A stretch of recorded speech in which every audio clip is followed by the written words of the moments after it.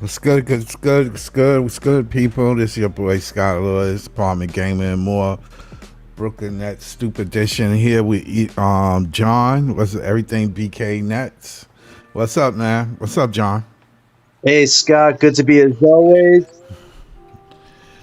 You saw the thumbnail. I know you saw that. I mean, I was thinking about, I was looking at X and I noticed, I just wanted to get up here and talk a little bit about us looking for other talent. I mean, I understand we need it and we need to be in the market, but sometimes some things are not meant for us, man.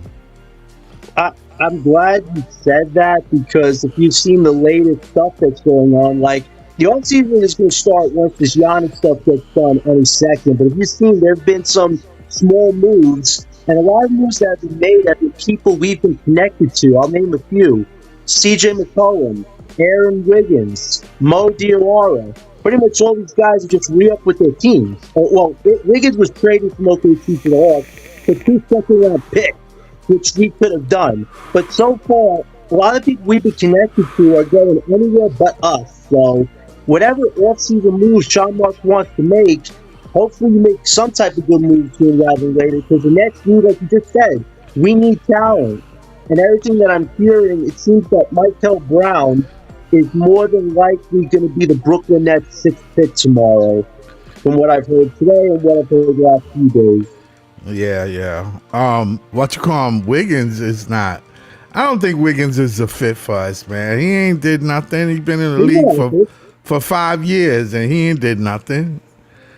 Well, he went from a 2-way contract to a deep championship bench player. I'm not going to say he did nothing, but my key is this. If Michael Brown is the pick tomorrow, that means you spend both your lottery picks on your backcourt essentially the first 2 years. Okay, backcourt is settled. For me now, tomorrow night, it's not Michael Brown that's the story. It's what are you going to do? It's how you're going to get a second first in this draft.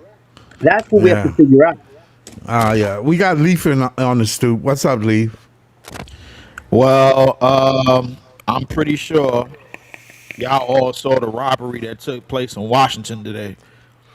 When Trey Young basically robbed the Washington Wizards for 4 years, $212 million. I saw it. I couldn't believe it. I saw it immediately. But so hey, Scott, you remember Minnie Riperton loving you? I had to do a remix to that. I had to do a remix to that, bro. Robbing you. Because give me that. Washington is desperate. Washington is real desperate. I mean, listen. I'm making jokes about it, but desperate or not, Washington put themselves in a bind because in the CBA you got to spend money, as we all know. So I mean, that doesn't exclude us. That doesn't exclude the Chicago Bulls, and I'm knocking on whatever I'm knocking on right now. I don't want to sell you up. I don't want to sell you up what we got going on right now and what we are trying to do. But and I don't want nobody to yell after this. Austin Reeves is finna get paid. You think we're going? Now, when I say Austin Reeves is finna get paid, that doesn't necessarily mean by us. That just means somebody in this offseason is going to get some money that they don't deserve. And whether we think they don't deserve it, whether we think they don't deserve it, whether somebody else think they don't deserve it, the team or the organization that's signing them, they probably do. They're probably like, yo, let's take a shot. Now, as far as Tuesday, tonight. What is that tonight? No, tomorrow night. Excuse me. Tomorrow night. Yeah, so as far as tomorrow night goes, I really don't give a damn anymore. I'm done. I'm washing my hands with this shit. You know what I'm saying? If people want Acuff, that's fine. We get Mikal, that's fine. We listen. I'm not blowing my head off about this. Yeah, I'm good with it too. Whatever people gotta understand, what everybody that makes Nets content has to understand is that you're not going nowhere. Not no matter season. What they do. So you could be pissed off. Well, we have to see how the offseason goes. Let's see how the offseason goes first. Then we'll figure that out. Like, we have to see what we do tomorrow night, first and foremost, which is likely Michael Brown. I don't know if you heard, he said that him and Jordy have a relationship now where he's going to be the lead guard and he's going to essentially follow Jordan's game plan. That's kind of what he said today. Eric Slater actually got him to kind of like throw out the bag and what's going on here. So if it's Michael Brown, I think he's a good prototype player and fits what we're doing. Your backcourt's kind of set. To me, it's the front court. How are we going to vastly improve this front court of Claxton, Clowney, and then PJ? If we don't fix that, we're not going anywhere, Leaf. I agree with you a million times over. But we got to get a second first tomorrow and get a wing or a big. That's the priority right now. Guard stuff already settled. Well, listen, I don't really trust Sean Marks to get another pick in this draft. I don't. I mean, he did. He did get another late first round in last year's draft, and that ended up we went from 4 first round picks to 5, but you only really got two legit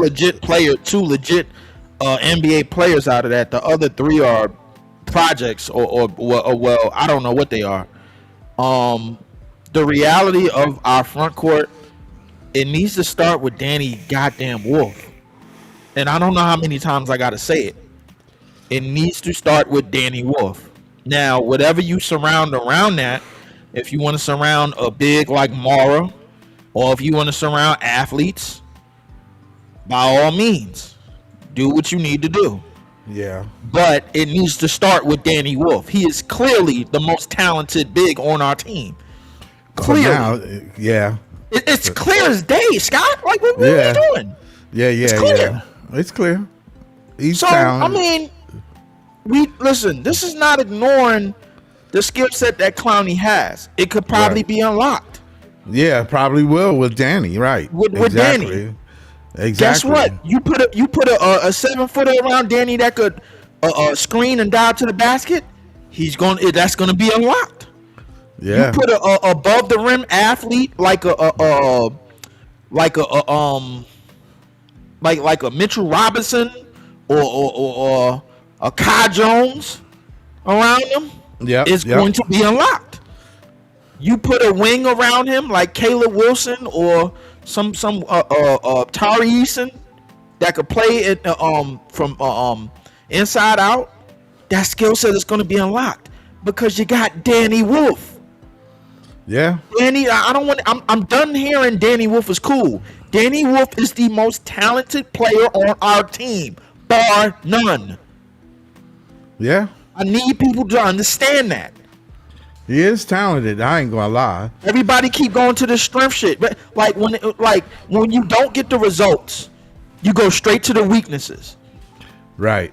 And that's what ails me, bro. That's why I can't anytime I hear Pod throwing talk about, I can't take it seriously because, yo, you ain't trying to see all of the things that he do well. Yeah, You're focusing on the things that he don't because you're not getting the results.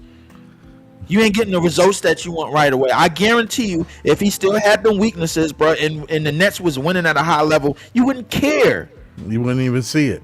You wouldn't even see it. Yeah. So Big Homie is saying Barbara Miller.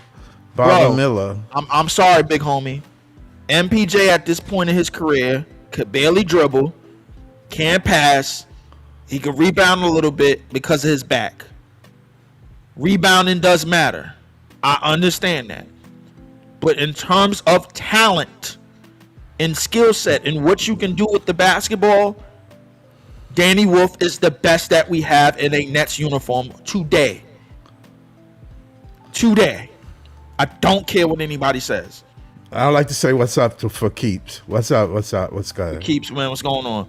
But yeah, let's get back to that robbery. Yeah. Let's get back to that.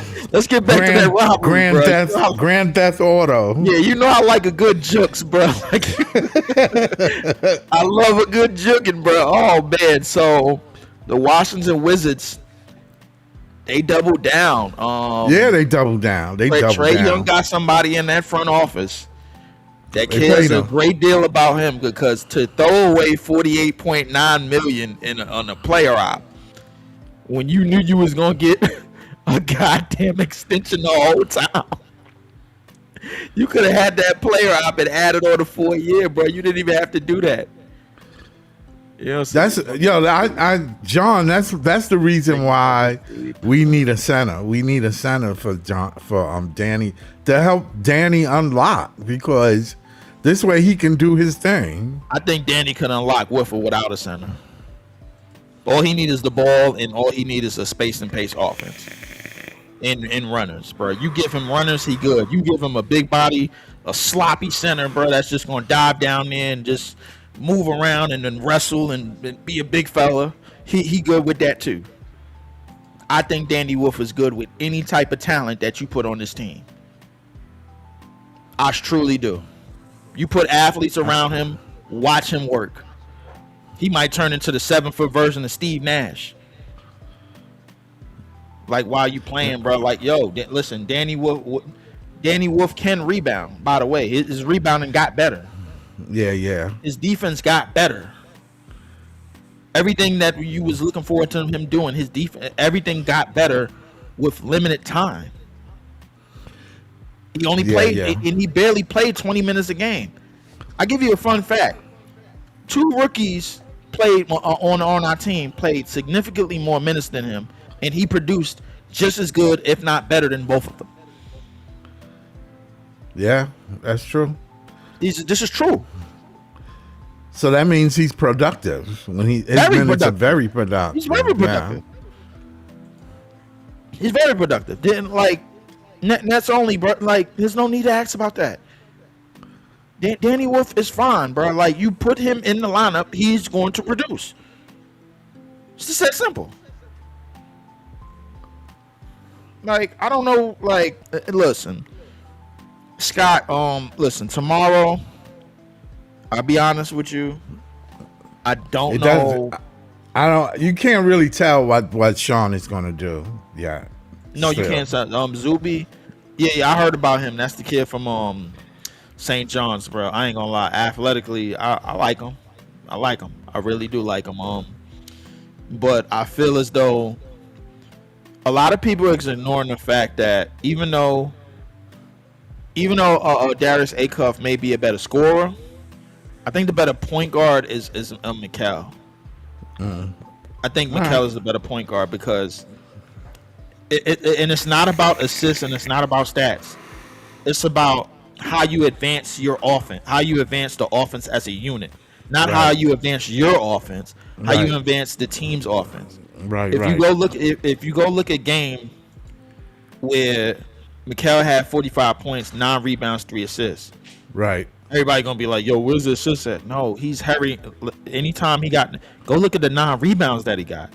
Them 9 rebounds, he got the ball up the court fast. The reason why Acuff is not getting a whole bunch of rebounds is because he ain't the athlete that Mikal Brown is. Right. Like Mikael Brown is going to go up in there with the trenches and go get a board and go advance the ball. Some of your best playmakers, some of your best guards today, they can rebound and advance the offense. Yeah. Some of the guys that you trust making passes and making plays for others, they can rebound. They can go in there, grab the rebound. Oh, we off to the races.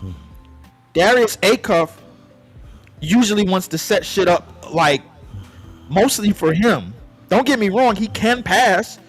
I've seen him pass the ball. I've seen him break a defense down.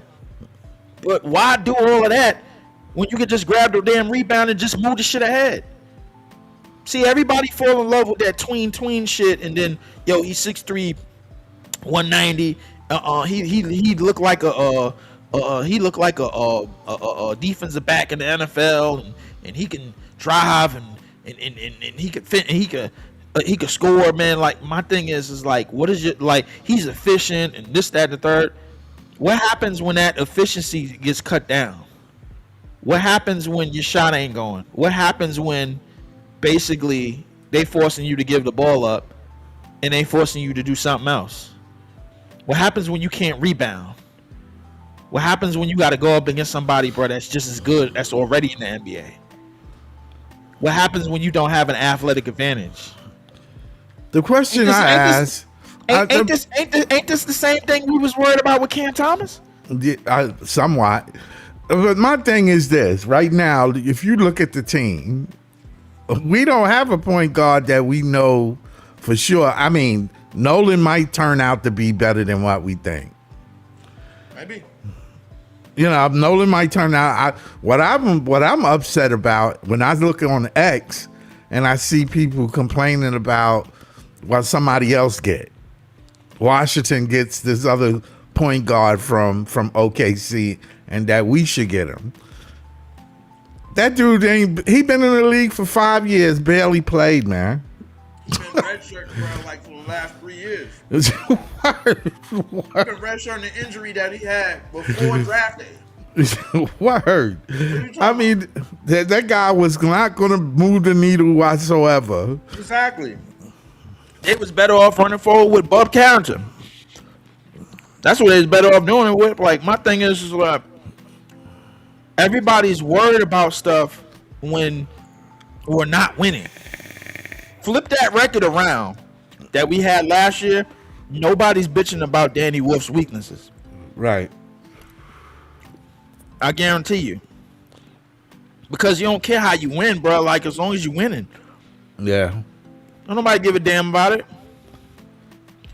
So the reality of our situation is that we have to find whichever way possible to win basketball games.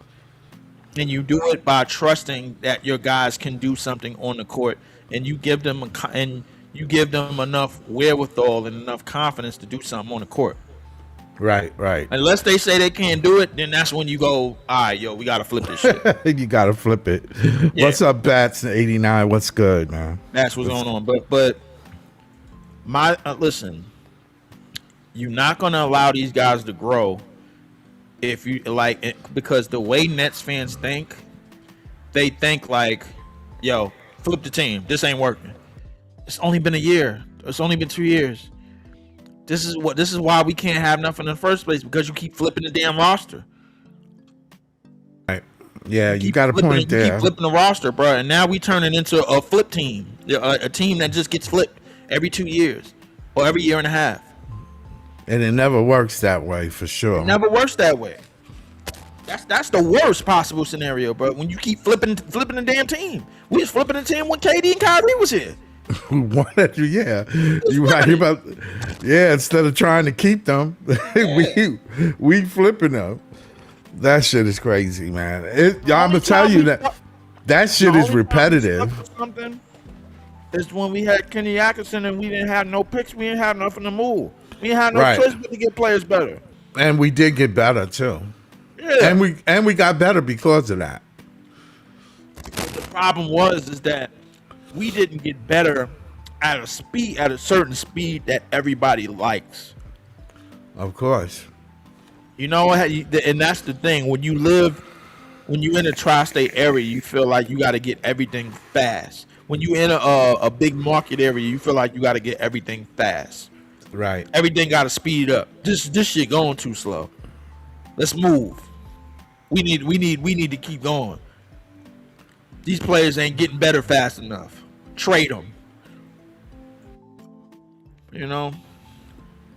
And that's really what it is, man. Like, you can't continue to do that shit. Can't continue to do that bullshit, man. You can't do it. Yeah, you can't. You can't keep doing it. That's for sure. We got to stick with our routine, man. This draft, we just need to draft the best available player. Sometimes it's best just to draft the best available and just keep it moving. I mean, I like MBJ much better because I think Jordy probably prefer that.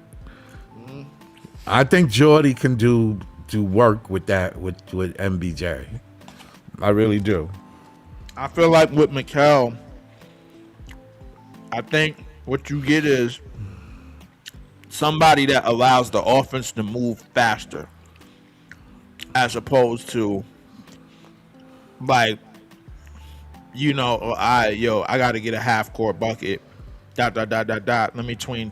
Like the thing that with Darius Acuff, if it don't look easy, he's gonna have to apply too much energy to go get a bucket. My thing is that with Mikal, your defense is constantly doing this. The opposing team defense is constantly doing this. Oh, we over here. Oh, we over here. Oh, we over here. Oh, damn, we gotta go over there. Switch over here.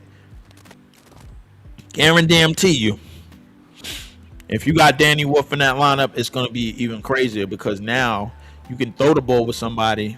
You can throw the ball to somebody that's gonna play off the wing and go and at least attack and draw another defender and find the open man.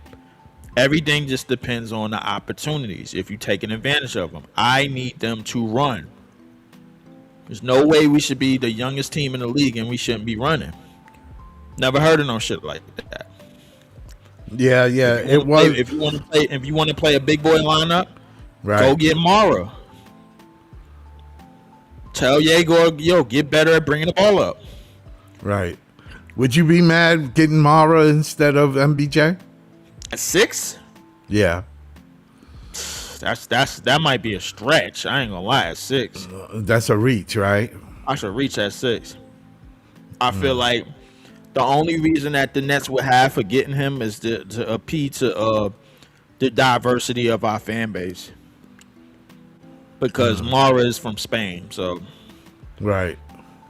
That's the only reason. Same with Kareem Lopez and Nate Mint, Mikal and Acuff thing. Right. I don't think like those particular things is gonna lean on confidence. I think that Mikal and Acuff would have the confidence to run the offense a certain kind of way. I think Mikal a little bit more so than Acuff. Although I think Acuff is a better scorer, I think Mikal is just a better overall talent. Right. You know what I'm saying? Everybody keep putting so much emphasis on scoring. Like, we going to draft Acuff and he going to start averaging 20-something a game right out of the gate. No. Like whoever we draft is going to help us get better as a collective. Yeah. Yeah, because some of these sophomores now, which they are, they're going to have to start producing. they're going to have to do something. Yeah. They can't come in this season being like a rookie again. Yeah, they can't. Nah, they cannot. Nobody. And I mean Sarav, Drake Powell. I mean, those guys gotta start. God. They gotta show something, man. I mean, in a perfect world, you hoping that Sarav can turn into a 6'6" phenom. You hoping that Drake Powell can turn into one of the best athletes at his position in the league. You're hoping that that Nolan is gonna be the next Tony Parker. You're hoping that Yegor is gonna be the next Drazen Petrovic. You're hoping a lot of things. We gotta focus on what we know. You know what I'm saying? So I mean, we gonna see when the season starts. Because nobody been looking at workout videos and ain't nobody been posting workout videos. So, I mean, that's a good step right there. Because if you're posting workout videos and you're trying to give people the illusion that you're going to get better than what you really are.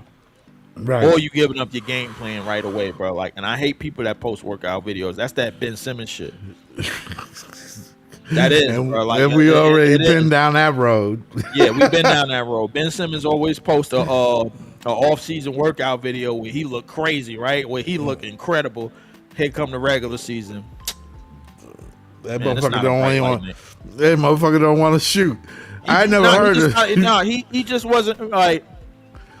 If you want to tell me that it's a combination of the back injury and that dumbed down his confidence, that's fine. But Ben Simmons to me never like. I ain't gonna say never, but since that back injury, bro, you can see, bro, like you can see the walls were coming down. You can clearly see the walls were coming down. Ben's like, we talking about a guy that was touted to be the next LeBron James, and for him to have that injury, and then basically try to use it as a mental health issue. And then basically steal money for the next upcoming years. And you knew for a fact you wasn't getting another contract. Damn, bro. What a waste. You talking about a waste. A waste. You talking about a dude that did not care that he was about to be out the league. He did not care. It did seem like, right? It did. And actually, about to be out the league. Actually, when I don't care what interview that he does from here on out, bro. You did not give a shit that you was about to be out the league. Yeah, he had 1 foot out. I'm seeing the same thing with Zion Williamson. You think so? And I want Zion. So? Yeah, I'm seeing the same thing with Zion Williamson. Yo, you don't care that you about to be out the league. You don't care because you know somebody stupid is gonna give you a contract when you ball out 1 year, and then you gonna go right back to eating. And you're gonna go right back to fat holes and cheese whiz. That's what you're gonna go back to. We know you're gonna go back to it. You know how we know, bro? Because you need money to keep paying for fat holes and cheese whiz. Yeah, it costs money for them two things. It costs money to do that. So I'll tell you what Zion gonna do. Zion gonna ball out for 1 year, get a crazy extension. Ooh, I could go back to eating. Shit, damn. I go back to eating food. Oh man, I hope it don't happen. I'll be honest with you. I hope it don't happen, but I feel like eventually it's gonna happen that way. Oh man, that's messed up. I feel like it's gonna happen that way. But like, yo, this dude, like, if you look at some of these #1 overall picks, I at least feel like Kyrie and AD, they filled out a career. You know what I'm saying? Yeah. I at least feel like, yo, when y'all was on the court, when y'all was healthy, we saw what y'all was. You know what I'm saying? Yeah. Y'all was out there going to get it. Even AD get a bad rep, bro. Like, I mean, yeah. Kyrie get a bad rep now. I mean, listen, I feel like y'all done played some good years. But the rest of you niggas, Ben Simmons, oh my God, Zion, y'all niggas is on. Yeah, y'all on fraud watch. Y'all on fraud watch for sure. But all right, man, Scott, what you think we should do tomorrow, man? I mean, I don't know. Mikael Brown Jr., man. Mikael? I mean, I'm flip flopping between that and Akov. The only reason why is I feel we need scoring. Mm-hmm. It might open up some of our sophomores to get better looks. Mm-hmm. And I'm looking for somebody out of these 3 or 4 rookies we got, like Danny Wolf and Yegor is set in stone. I think they're gonna improve. My thing is what you put around them. Right. That's the key. I think that is the game. What vets are you going to put around them? Are you sticking with the vets that we have? There's no way you can do that. I hate to say that. I don't like to see nobody lose their job, but change is good. Could be good for you too. Could be good for you too. You might end up in the finals. Who knows? What I'm saying is, we need to move some of these vets that we have. Because change is good, man. Change is good. We have a young team. We have a real young team. And these rookies need an opportunity. And they're not rookies now. They're second year. All 5 of them, they say second year. I understand they didn't play enough minutes. A lot of people going to say, oh, they needed more time. You only got but so much time in the NBA. I'm sorry to tell you that. I hate to tell you that. It's just only but so much time. We got CJ on the stoop. What's up, CJ? What's good? Not much. Down under, what you a few months of full-time lifting weights should have these skinny rookies bulked. They want to be looking big. I hope they improve, man. No, Paul said they look great. Paul said he went to the Brooklyn thing. He looked like they put on weight. Okay, that's what's Nolan up. put on a little bit of muscle that week. That was Paul said. Paul saw them at the Brooklyn thing. I guess they had to work out with the kids or something. Let's get firstborn said. Let's get Zuby. He's an energy guy. He is an energy guy, but I wanted to navigate to something else because when they asked Cam Thomas about the Nets when he was on Milwaukee, right before he eventually got cut from them, right, he said and quoted the Nets don't believe in nobody, right, and I'm inclined to believe that statement just off the simple fact that first off, nobody on our team played over 65 games.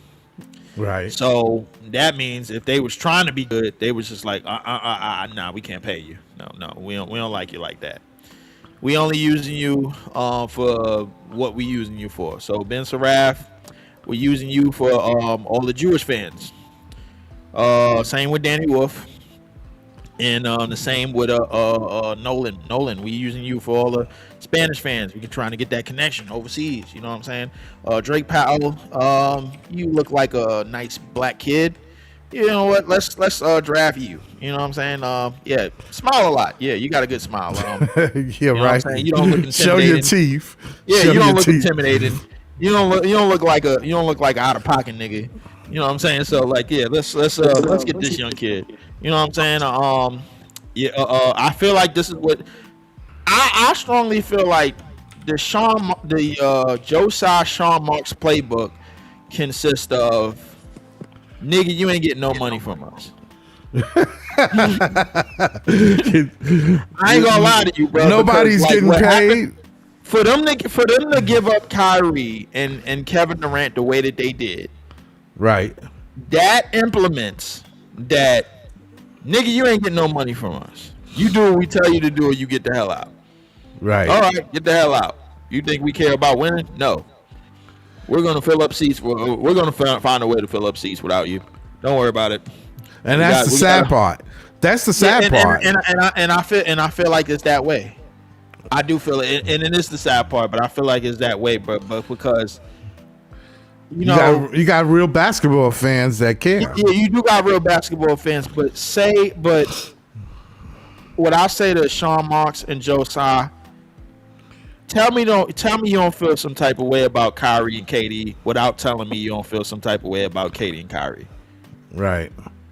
Because I feel like you do. Why else would you do what you did with this roster? Why would you do that? You felt some type of way about Kyrie asking you for money. And it's understandable that he didn't want to get the vaccine shot. He didn't want to do everything it took to win. And you felt like he tricked you in by getting to sign with you in 2019 for to get some money. And you felt like Kevin Durant did too. When they was on the court, they balled out. Yeah, I mean They look great. They ball down. they look like Batman and Robin for real. They showed while they were some of the all-time greats. Yeah, they were like Batman and Robin out there, boy. Yeah. Teams was scared of them. And when you got James Harden, it looked even crazier. So you felt something, Joe Tsai. Why don't you tell me what's really going on? Yeah. The fact is, you feel some type of way about somebody with this, or somebody pressured them. You felt I wouldn't even say that. I don't know, man. I mean, there's a lot of politics behind that too. Yeah. I might like Joe Tsai. Your wife is running the Liberty pretty okay. Yeah, sure enough is. What's your problem? What's your problem? Huh? You talking about you like winning, bro? Like, and you ain't proved that to me in the last couple years. That's what you do. You pull this off. You pull off, bro. Like, why else would you draft 4 Europeans and a token black guy in one draft? Drake Powell, he just looks like the type of dude. He just looks like the type of black kid that gets killed first in the scary movie. He does. I'm sorry. I've been saying it for the last 300 some days. Oh man. Down under, it's 8 p.m. Eastern time, Tuesday. It seemed to me, man, like, listen, I feel like Danny Wolf, because he has the same aesthetic as Sean Marks, right, but a way better skill set than he ever had. I feel like he can change the tide a little bit of this franchise.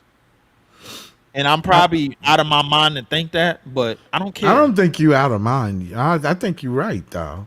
I think Danny is because the thing is, you drafted somebody that you thought that was just gonna appeal to a fan base. Turns out that he's really good, but you can't play him for 65 games because if you do that, then you got to pay him.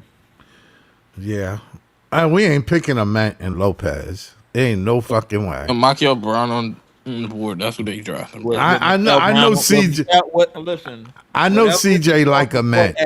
Whatever is on the board at 6, bro, I am permanently confident that it's way better than that, Scott. Scott, y'all just be some wild ass take. Yeah, but I'm just saying I don't want Lopez at all. First of all, they drafted Michael if he on the board at 6. And that's what the stuff came out today. And that's who they taking at 6. That's because he's better. He's the most talented player between them 3 that you talking about. No, it's not that. Lopez, he fit their offense and what they trying to do. I know Jordy likes a good guard. Jordy likes a good guard. That's why you gonna draft A-Cuff don't fit what they trying to do. I'm kind of like going along with what Leaf said because Leaf said the same thing. MBJ is more of a fit, a well-rounded. I think Mikal is the best. I think that A-Cuff is the better scorer. Right. I think Mikal is the better point guard. Yeah. I'm starting to lean that way, but A-Cuff does. A-Cuff has high assists though.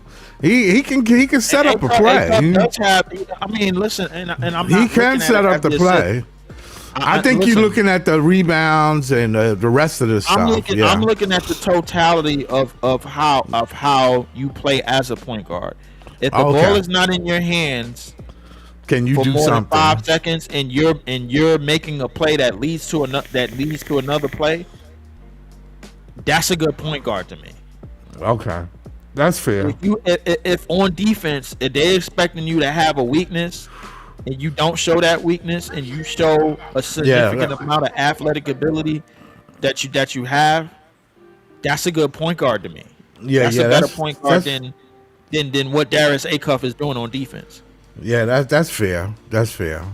Athletically, that's fair. Like all the other stuff in between, the athletic ability that Mikal has, the ability to rebound better than that Mikal has, the up tempo ability that Mikal has, Now the shot selection is probably only problematic because it didn't lead to the percentages that A-Cuff led to. Everybody think A-Cuff just gonna immediately come out 50, 40, 90. Like, yo, bro, it's not realistic. Not for nobody at 19, and not in today's NBA. Not for somebody under 6'3". It's not realistic. Mikal at 6'5" immediately is gonna have a impact as a team player, because when he goes in there and he gets the defensive rebound, or he keeps the player alive with another offensive rebound, like you might see a stat line. You might see a stat line where Mikal has 20-something points, 14-something rebounds, and 11 assists. Way before you see A-Cuff put up some shit like that.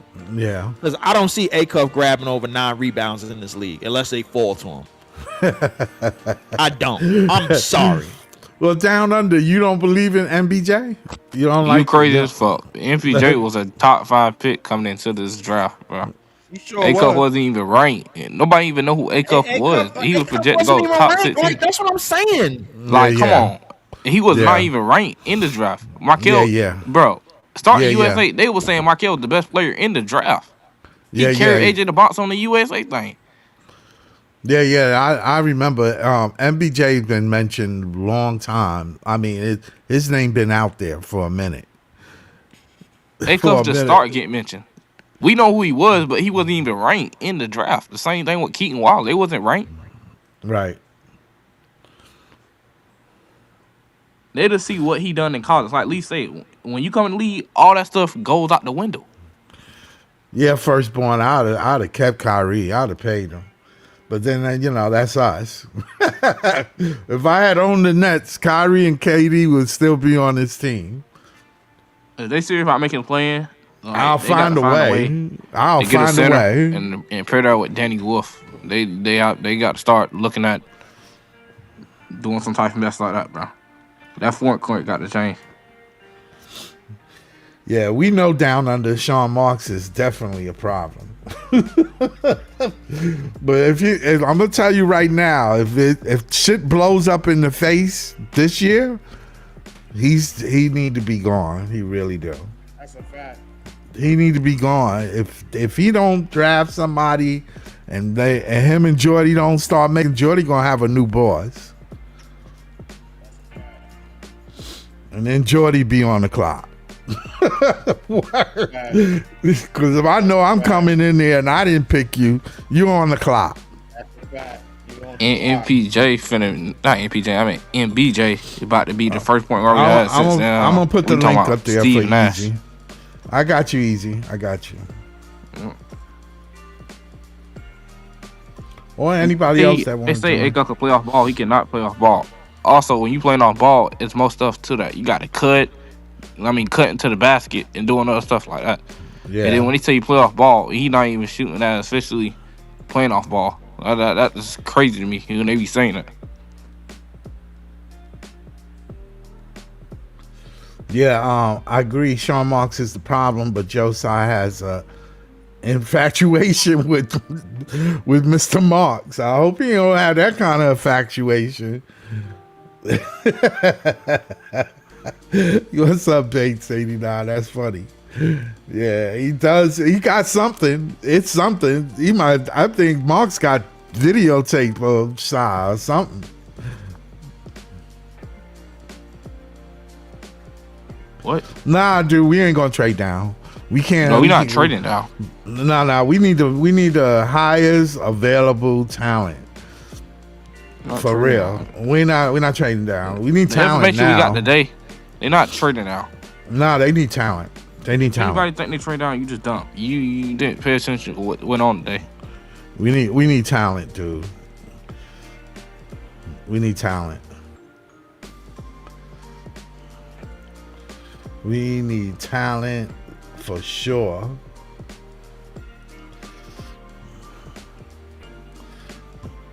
We got Easy on the stoop. What's up, Easy? What's good? I'm hot. I'm straight? Yeah, I hear you. I hear you. All right, what's the word, yo? What's going on, Scott? I ain't No, talked to you in my- a minute. What's going on? Yeah, what's up? Everything good. Getting ready for the mall. See where we going, what direction we going. I know it's just one draft pick, but it ain't gonna make much difference. How you feel about that? I don't know. One person can make a difference in basketball. You know what I'm saying? You know what? I always thought one or two can make a big difference. That is true. That is true, though. I ain't gonna say it can't make a difference. I'm doing We that just got just to low keep expectations right now. That's what it is, Scott. We got low keep my feelings from getting hurt. That's what it is. Yeah. You know what it is? Yeah, You know low what it is, expectation. What? You know what it is, Scott? From the last draft, we had 5 picks, and it didn't like we seen other players. So now it's like, yo, we was up at a 9. Now we gotta hold ourselves to like a 6 or a 7 because we don't know what's gonna happen. But either I ain't gonna lie to you. Either Jordy is a genius at the way he played the season out, because I just have this feeling like, okay, we knew we was tanking, so it was imperative not to win, just to get the guys playing time. So last season was basically a wash, even though we had 5 rookies. And it seemed like none of them really produced the way we wanted them to. But maybe this year they'll come out looking way better. Yeah, I mean, I'm just putting that out there. What you think? Let me ask this: how many wins did we have this season? How many wins? Yeah, I think we had 20. I'm gonna bring it up. We had. If we in the 20s, right? And let's just say if we decide to compete more and we won probably like 5 to 7 extra more games, would that have really made a difference in the hierarchy of everything? I think it probably would have made a difference. You never know with a lottery. The way lottery go, man. Teams that did better than us moved in front of us. I mean, for the pick, yeah, but like when it comes to like building a team and things like that, I don't think that like the extra wins would have mattered. Then like it's a lottery at the end of the day, Scott. So like we can't really predict how these balls gonna fall, but that's what it is. So like the extra wins really didn't matter to me. It was like more of like what Jordy is developing as a scheme, as defensive and offensive play style, the rotations, how you developing these players, things like that. I wouldn't say it's necessarily a throwaway season, right? Because if they do come back next season and they take an astronomical leap, like off rip, like it got built from last season, so something happened, progress happened. So what I'm saying is I don't think. You see, my thing is I don't think we were tanking per se. I think we're a bad team and we need talent. All because we sent MPJ doesn't mean, oh yeah, we're tanking. I mean, yeah, we're trying to lose more, but like we're losing regardless. Like it's not really a tank job because you didn't really do astronomical things to really put your team behind the 8 ball. Oh, so I hear what you're saying. Basically, we are what we are right as our records show. We are what we are. Yeah. What do you mean? No, he's saying that we basically wasn't really trying to tank. It's just that we a bad team. We lost 60 games, bro. Oh, wait, bro. Time out. Just because the Washington Wizards figured out a way to give up 83 points to one nigga, don't mean that we wasn't trying to tank. Let's just clear that right now. It seemed like, bro, if we didn't finish at the bottom, and then we got the 5th pick, which the Clippers got, and we lost out on the 4 players that we wanted anyway, that was the only thing that was going to make people satisfied. That's the only thing. Wait, hold on. I don't want to hear we didn't tank enough, like we didn't tank properly. We didn't tank as hard as Washington tanked. Hold on. Simple. I don't even know why you hitting me with all of that. Cause I'm not a part of the whole fantasy business. I don't even know why you hitting me. You hitting me with something like what John would hit you with. So like I don't even know what's going on with that right now. So you gotta calm down, bro. I'm gonna bring you the same question I asked Scott, and this shit go ahead. up, right? So Leaf, if we were to this last season, if we didn't like sit MPJ and do all these other things, I'm saying we a bad team. We probably did some things to put ourselves in a tanking position, but we a bad team. We're gonna lose regardless. So if we decide to play MPJ a little bit more, we win about maybe to like 5 to 8 to maybe 9 more games. Does that change the hierarchy of what you see as a team? From the record that we got right now into From what? the record that we got to right now to maybe like 5 or 7 extra more wins, does that really change your foresight on the team right now? If we didn't sit MPJ or Jordy didn't sit some people and didn't play G League motherfuckers, like would that really change your aspect of the team? No, not in terms of hold on, wait, let me finish that. Not in terms of having a winning record, but in terms of having a better record than what we have.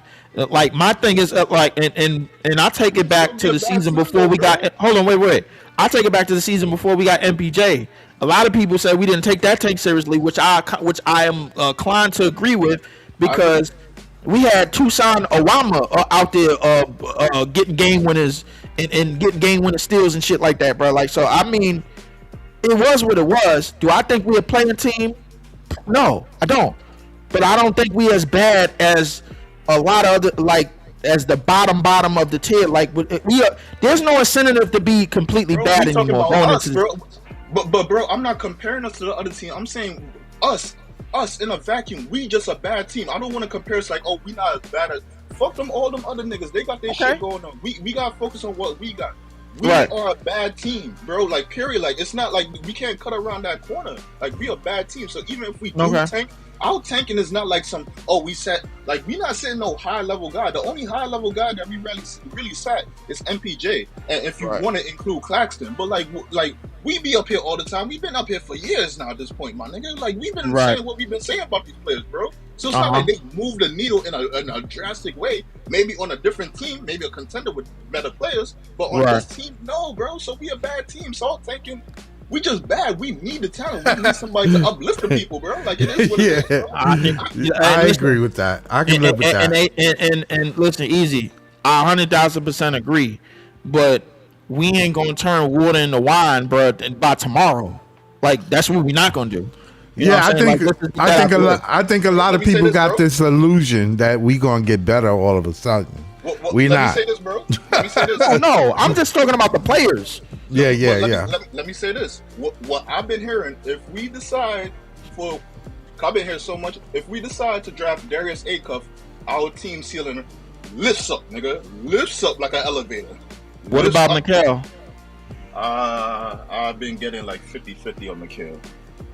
If anything, the real talk I've really been hearing is we gonna do some net shit and trade back and draft Nate Ahmed. Like, what the fuck? Like, I don't even know what that means. So, like, what's some net shit? Like, what does that mean? So, like, I don't think that's out of the ordinary. But if we trade back in the draft and either get him, that's a bad decision though. Like, I don't think that's a bad decision at all. But at the same time, what we're doing, if we do that, we're deciding to go completely younger, and we're basically throwing in the fact that we didn't like what we did last year in the draft. You know what I'm saying? So, and I'm not on that page at all. Like, not everything that came out of last year's draft was a complete dud. You know, I mean, I think we understand that Yegor can get better. We understand that Danny Wolf can get better. The rest of these niggas, we don't know.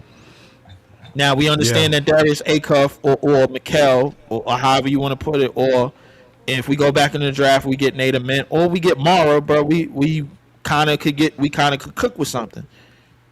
In terms of the future, not now, in terms of the future, in terms of future references. But until that happens, I'm not staking my chips out on nothing, bro. Everybody is on the fence about Yegor and Danny Wolf and the 5 rookies we drafted last year coming into the season.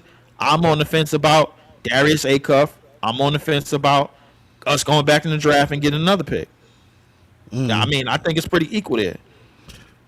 We got Austin on the stoop. What's up, Austin? Aston. Right. What's going on, yeah? What's good, man? What's good?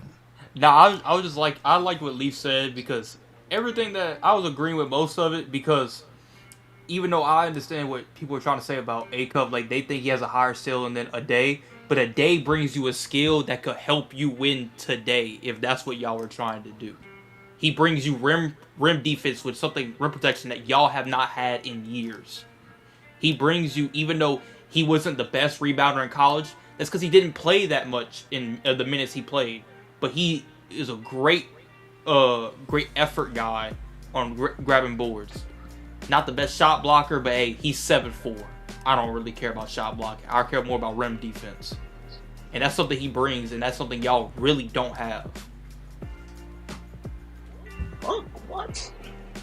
God damn. Wait. So when you say rim defense, like elite, like he's somebody that could put their hands up and then affect the shot. Yeah, like when I tell you that he probably has the best, like even from last, like he's the best one out of the past two or three drafts, in my opinion.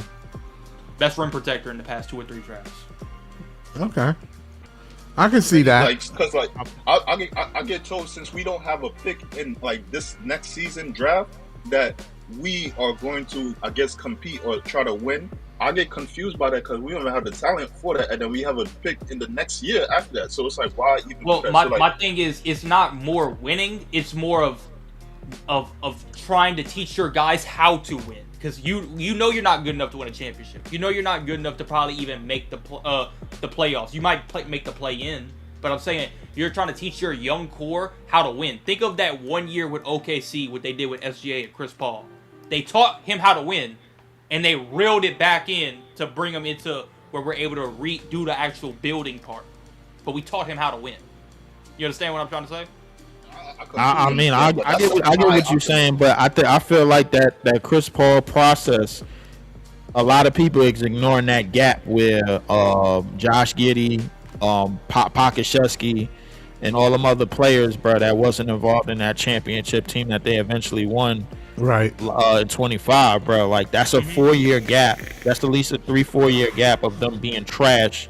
Yeah. And then somehow putting something together and becoming a 10th seed and then becoming a 1 seed. You got a point there, Leaf. It took them 4 years to get that shit rolling. But that's what I'm saying. A lot of teams that fuck up is because they speed up the process of something that has not even really started. Yeah. Like, I'm going to bring up them because they just won. The Knicks, we're trying to speed up processes for 50 years. And they definitely speed up process moves, and they still did it. And guess what? That's what happens to a lot of teams. That when you sped up a process that didn't need it to go ahead and give it a jumper, you gave it jumper cables when it just needed to rest for a little while. Yeah, you got a point there. Develop into something though. I mean, it did develop into something, but I think it was 53 years later of them doing it. Like, I think the same thing over and over again. I think the Knicks kind of like moved in where they left off from last year. It was basically the same team. They didn't even switch it. Just hear me out real quick, right? Hear me out. We see the level of competition. We see what it takes right there. Like, we saw the finals, we saw the playoffs. Yeah. All right. Can raise to that level. Well, I didn't hear what you said, Easy. Yeah, you cut out. Do you think our guys can raise to that level? Not right now. Not right now. Even in the future. Oh, maybe. Could be. I mean, we don't know who's going to be on this team. We don't really. You got a bunch of 20-year-olds that you're expecting them to start winning, and it's ridiculous to think that. Like, I know we all saw Dylan Harper, but how many rookies you saw play like Dylan Harper? But that team is. But those teams, OKC was young. San Antonio was young. Some of the players from even Timberwolves, they was young and they was putting in work when they got in the court. So hang on. Let's go. But they're not 20. Yeah, hang on. Let's go back with that. SGA is a young player. SGA is 28. SGA been in the league for almost 8 years now. Yeah, almost. Jared McCain. Jared McCain came in there doing his thing. Terrence Shannon Jr. from the T-Wolves. Yeah, but wait. Hey, role players. Hang on. Jared McCain's on a small role. He's just a bucket getter on the bench. That's what you're talking about right now. Like, you don't have the 1A guy to go ahead and tell you that you can put that rookie into that bucket getter mode. You ain't got that. You don't got you didn't get lucky in the draft to go get a 7'1" a center that can space the floor like nobody else you saw since Cat. You don't have that. Like you're trying to skip the process. You're skipping. I'm not trying not to cut you off. I'm not trying to skip the. I totally agree with that point right there. But I'm saying so like one of I'm not even trying to beat around the bush. One of my main points is you saw the level of physicality and the level of competition everybody had to raise their game to. We already having these questions. Like for me personally, if the player comes into the league and we already having those physicality questions, it's some players develop into it. They could deal with it now. But then some players they never get over that hump. They could get over a certain like there's levels to the physicality now. So like you get over a certain hump, but then when you keep on going in competition, that shit get crazy. What I'm saying is, do you see our guys even in the future? Like we already have no question about Yegor, Drake, Danny Wolf. So like when that level of competition, when we get to that, do you see our guys raising to that level? Well, my thing is, I can't give you that answer, but I'm gonna ask you this: do you think that they were asking the same thing about Josh Giddey after year one? Do you think OKC was asking that question after year one for Josh Giddey? Do you think that they were asking that after year one of Chet? Because they're asking that now, and he's going into year 5. Yeah. Like that's what I'm saying. Possibly, but he was really good. So possibly, but he was really good. But they're asking that question today. Can after he won a ring? That's what I'm saying. I can't give you that answer until I see it.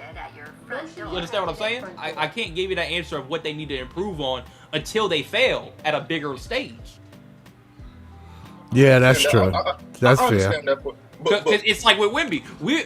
When I saw game 1 of Wemby, I kept hearing how everybody's saying, yo, there's a monster right now, and then when he gets to the finals, he ain't got a fucking move, apparently. So that's what I'm saying. I can't tell you what you need to improve on until you get to that next step. I'm gonna let my son go because we've been chatting for, but like all I'm saying is, for me, what I noticed when I've been watching with the game, right? When players come to the league and that physicality question pops up on them early, that's a strong gap they have to that's a strong hurdle they have to get over. So like me, my focus really is on Yegor, Danny Wolf, and Drake. Kind of Nolan too, because he's small, so they could take advantage of him. But those are threes I'm really focused on right there. I don't give a fuck about Ben Surf. I'm sorry, I really just don't. That's like a lot of guards. That's a lot of guards problem. Like Steph, Brunson, they all have had the same problem. Trae Young, everybody worried about the same thing. Yeah, everybody worry about the same thing with these guards. It seems like it's repetitive, but it's you never know how a team fit. And yeah, I think unless you're just a big guard, they're not. They give it to everybody that's under 6'4". If you're under 6'4", they got the same problem with you. Can you handle the physicality? That's all it is. Yeah, and to be fair, let's be fair. There are some people 6'3", 6'4" that can handle it. Chris Paul was 6 foot on the dot.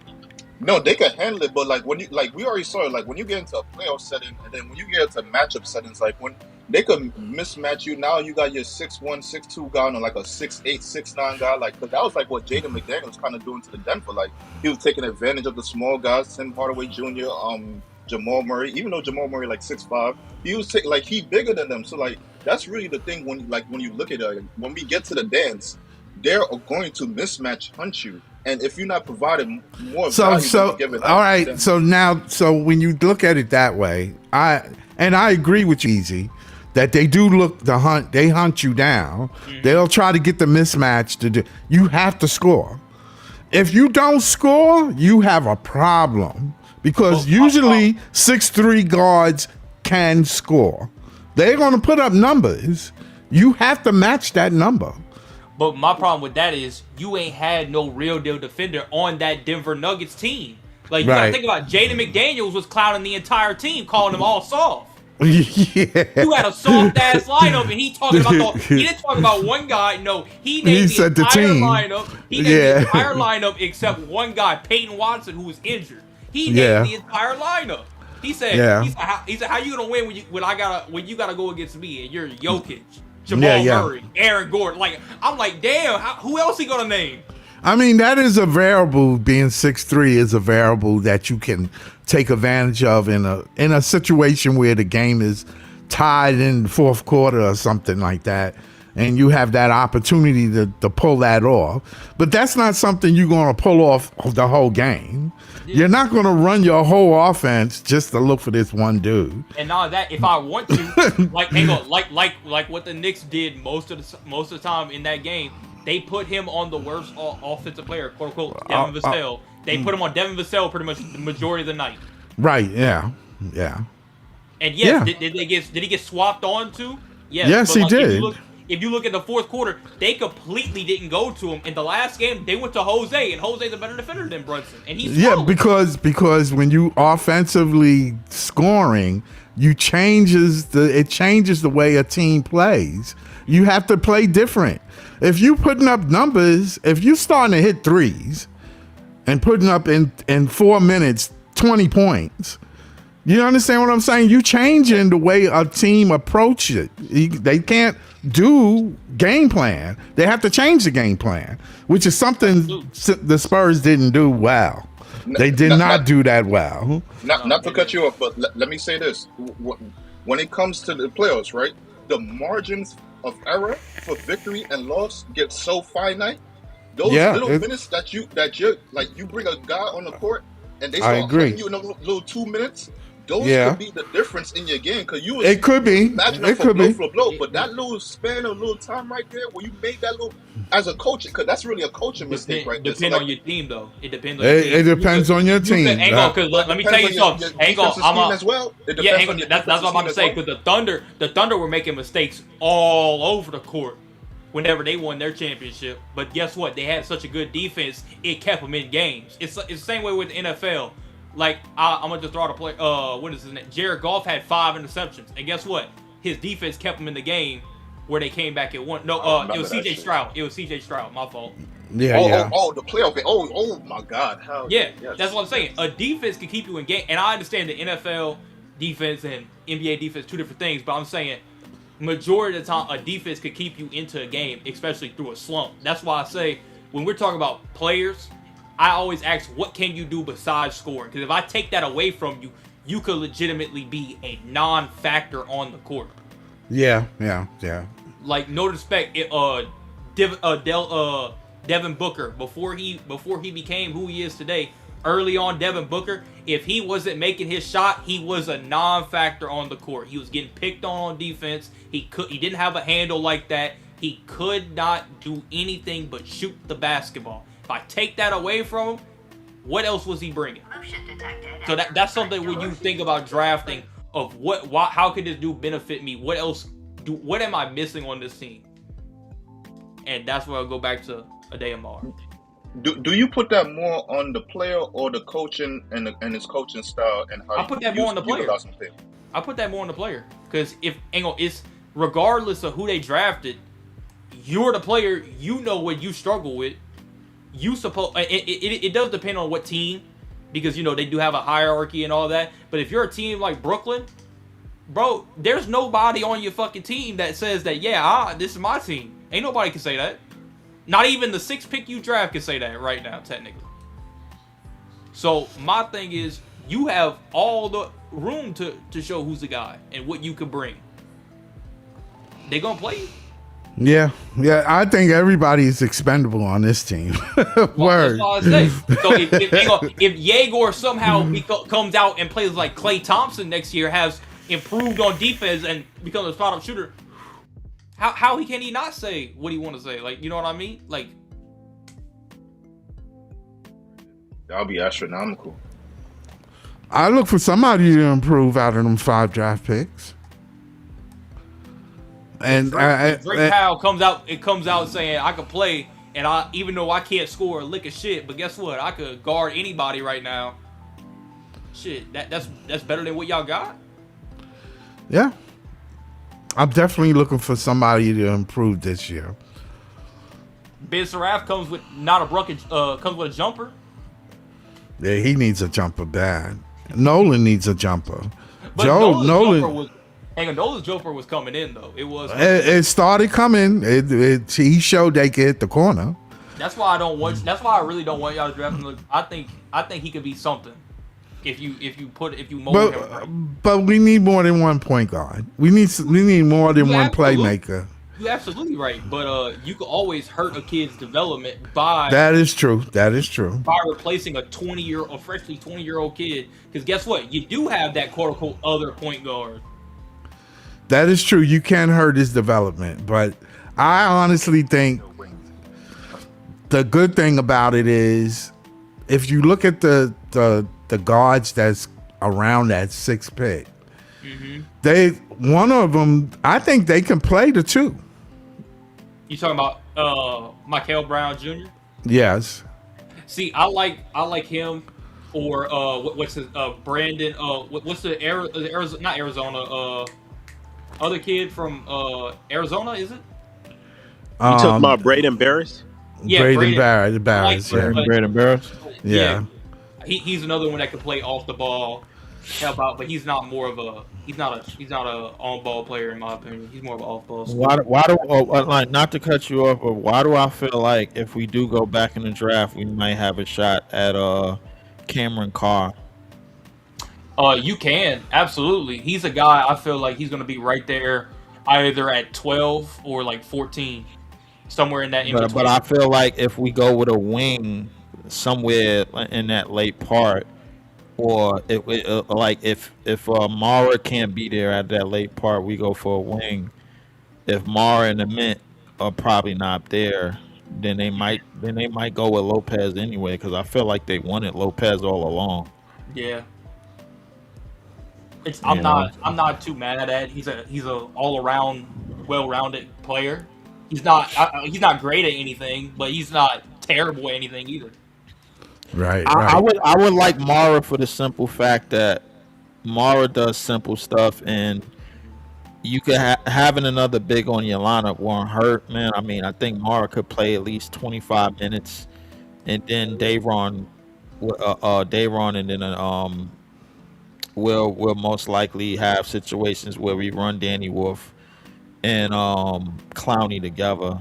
But I think teaching these young players how to win is kind of the thing that I think that's going to try to happen this year. So when they get in, it's going to be situations where they lose a lot of games late and down the stretch where we have striking distance, we just don't know what to do, or just getting better at a lot of situational basketball as a young group, as a young core. So I think that's sort of the game plan. I mean, I don't know if we're going to be getting beat the hell out of, bro. Like, if we have an offense, if we have a style of play that we're running with Mikal or Darius Acuff, I don't think we're going to be getting absolutely slaughtered. I mean, we are going to lose games, but I don't think we're going to get the hell beat out of us unless we put a lineup in that's known to get the hell beat out of them.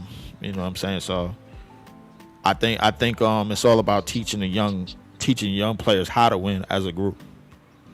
Yeah, we got Joey on the stoop. What's up, Joey? What's good, man? What's good, Nets World?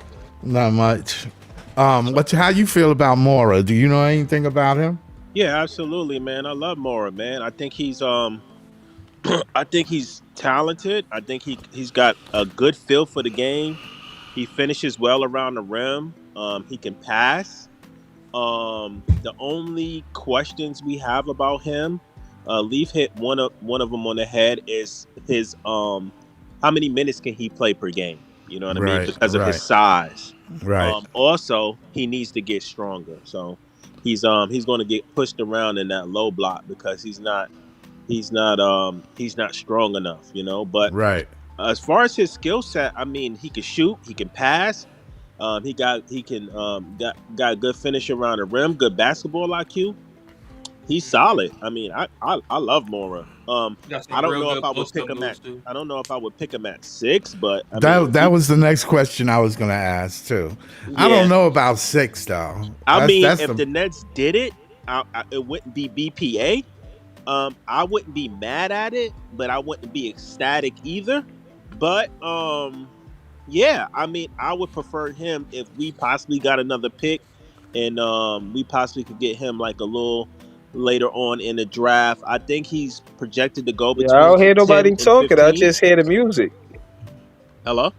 You don't hear us? You don't hear us? I'm gonna leave out and come right back in. Yeah, come back in, You Breezy. gotta leave and come back. Yeah, but he's projected to be going between like 10 and 15, probably between 10 and 12. He's actually going a little higher. They have him like through 8 to 12 right there. Yeah, That, I mean he could that go range. anywhere. We don't know, but yeah, I don't know if we get another pick, will he still even be there? That's the point. But yeah, I like Mora, man, but I don't know about picking him at 6, man. MBJ all the way, baby. Yeah, I'm feeling MPJ a lot, really.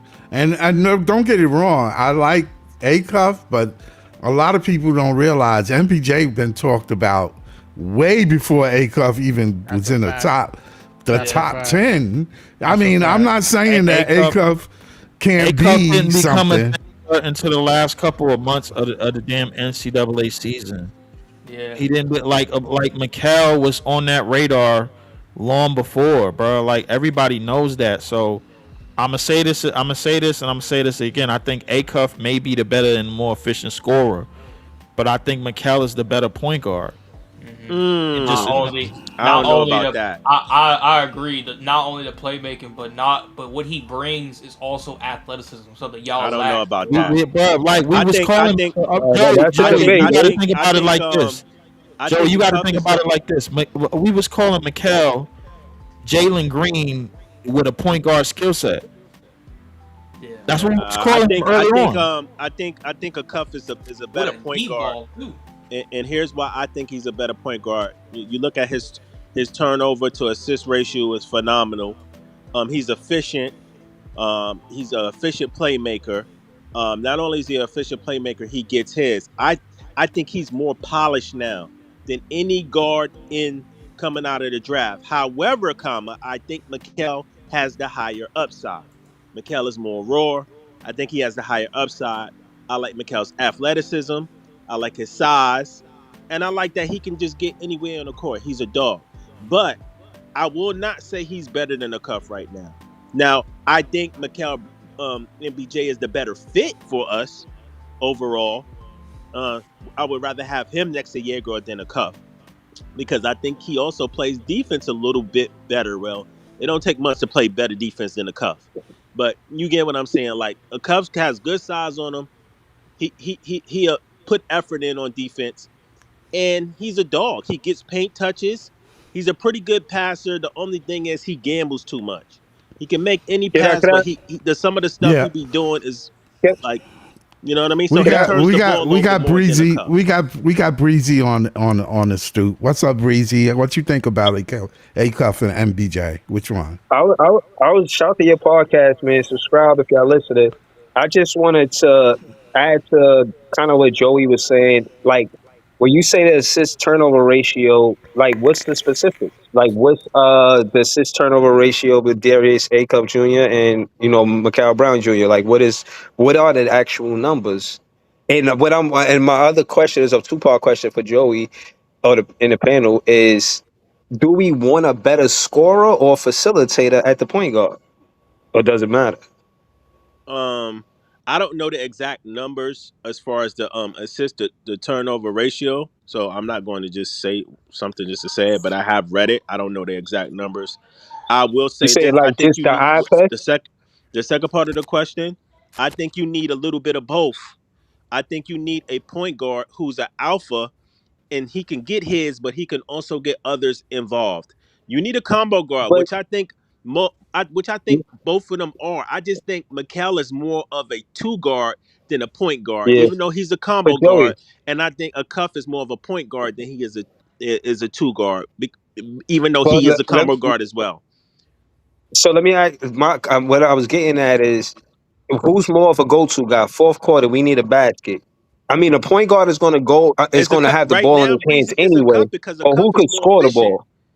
Listen, That's what I'm saying. That's what we right, need. but here's the thing though. You gotta draft off of. You can't just draft off of right now. You gotta draft off of ceiling too, because when it's all said and done, I can see MBJ being better than a Cuff. A Cuff is better now, but So hold on. So let me ask y'all this: And I'm glad. I just kind of wanted to hear your take on it for real.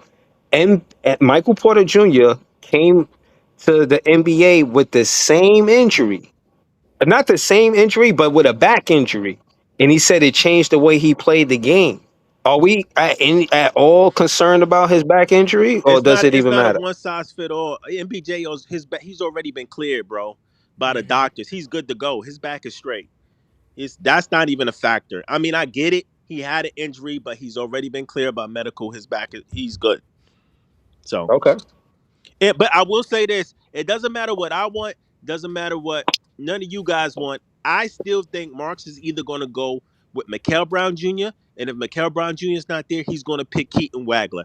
I don't see him picking a cuff, even though I do Why think not? it's, huh? Why? Because he got cornrows? No, Why? it's because he's just not. He's not a Marks pick, bro. He's too He's not. small, and he doesn't play defense, bro. And I just don't see it. To But me, what I'm Wagler fits more of a mold of a Marks type of player. I don't see him picking a cuff. what I'm saying is he went. You said Wagler? Yeah, He could go. So he could go No, Euro. He could get all these Euro point guards. I don't even think Wagler is an NBA player. Bro, but hold on. Why he get these Euro point guards and can't take a how is chance on an Keaton Wagler not an NCAA point NBA guard? player when he's slated to go top 6 lowest? Because NBA goddamn prospect analysis are dumb. I don't know about that. Keaton Wagler is a pretty decent player, bro. What is Wagler bringing? Wagler has good basketball IQ, good feel for the game, and he could shoot the lights out of the ball. What do you mean? And he has size. Don't we got that in Jaeger? Yeah, said like what? you need. Hang on, you need a ball handler. That's the problem. No. He's way better than Jaeger, bro. He's way better than Jaeger. Oh my god! But that's the problem. Oh shit! Hang on. It sounds like you're shit! Listen, y'all acting like I'm vouching to pick Wagler. I don't want Wagler. I want MPJ. But I'm not going to sit up here and act like the dude is some shit either. We don't. Oh my god! What the hell? You acting like he a bum. Like Wagler is a solid player. Wagler don't fit with us. Listen, Wagler don't fit with us. That don't mean he's not a solid player. No. Well, I mean, hey, he might go 5. The Clippers might pick him, and then you ain't got to worry about it. No. Shit. Yo, hold on. Let me say. I wanted to say something. Scott, I wanted to say this. Go ahead. The Clippers lost out on Shea, and there was a guard that they drafted. They messed up that whole pack. They gotta get a guard. That stain of not keeping Shea. You drafted the right player, but then you traded him. They gonna get a point guard. Now I don't know what guard they're gonna get, but I said that to say they would get a Shea prototype. That's why I don't think they're gonna get a cuff. I think they want not Wagler. getting a cuff. They're going to get Wagler or Mikael. And that's going to be I think they get based Wagler. off of who they pick is who we pick. They're going to get Wagler or Mikael. But hold on, Breeze. Right. They just drafted Darius Garland. Like, not draft. They just signed. No. Yeah, that's true. That's a small guard. Need another. Yeah, they don't need another small guard. If they would, it would be Wagler or Mikael. But that's what I just said. No, I know that's what you just said, but he was talking about they don't have a point guard. That's what I'm saying. They got Garland. So that's the whole No. I'm saying they don't have a point guard, but I was talking about Shea. But more of the part that I wanted you to take from it was a big guard, the prototype of a Shea Gilgeous-Alexander. And out of the guards that we talking about, A-Cup is not a prototype like a Shea. Wagler is. And the Mikael Brown is, so that's why it makes sense. I understand the logic. That's all I'm saying. Yeah, no, that's what I'm saying. So based off of who the Clippers, I feel like based off of who the Clippers get will dictate who we pick. What the fuck are we doing? No, hold on. I'm bringing him up to say that he going to the Clippers. I don't think he land with the Nets. I think he stayed with I think he because of the prototype of Shea. If Wagler goes to the Clippers, then Mikael Brown will be a Net. I don't think we should bring up Wagler at all, bro. No. That shit hurt. No, my god, bro. We talking basketball, but at the end of the day, again, the Clippers. That's what they, in my opinion, they not going to pass up on the Shea Gilgeous-Alexander prototype. They not, and they not. So I'm saying that to He say, said it. I'm saying that to say that I believe the modern day basketball, the point guard is more important than the center. That's just my opinion. Now I'm saying that to say, it's for y'all anybody that disagree, I but think it really I'm depends saying, on this. I think it really depends on the but skill look, set. right, of course. But what I'm saying is, look at Ant-Man. He's the superstar. He the two guard.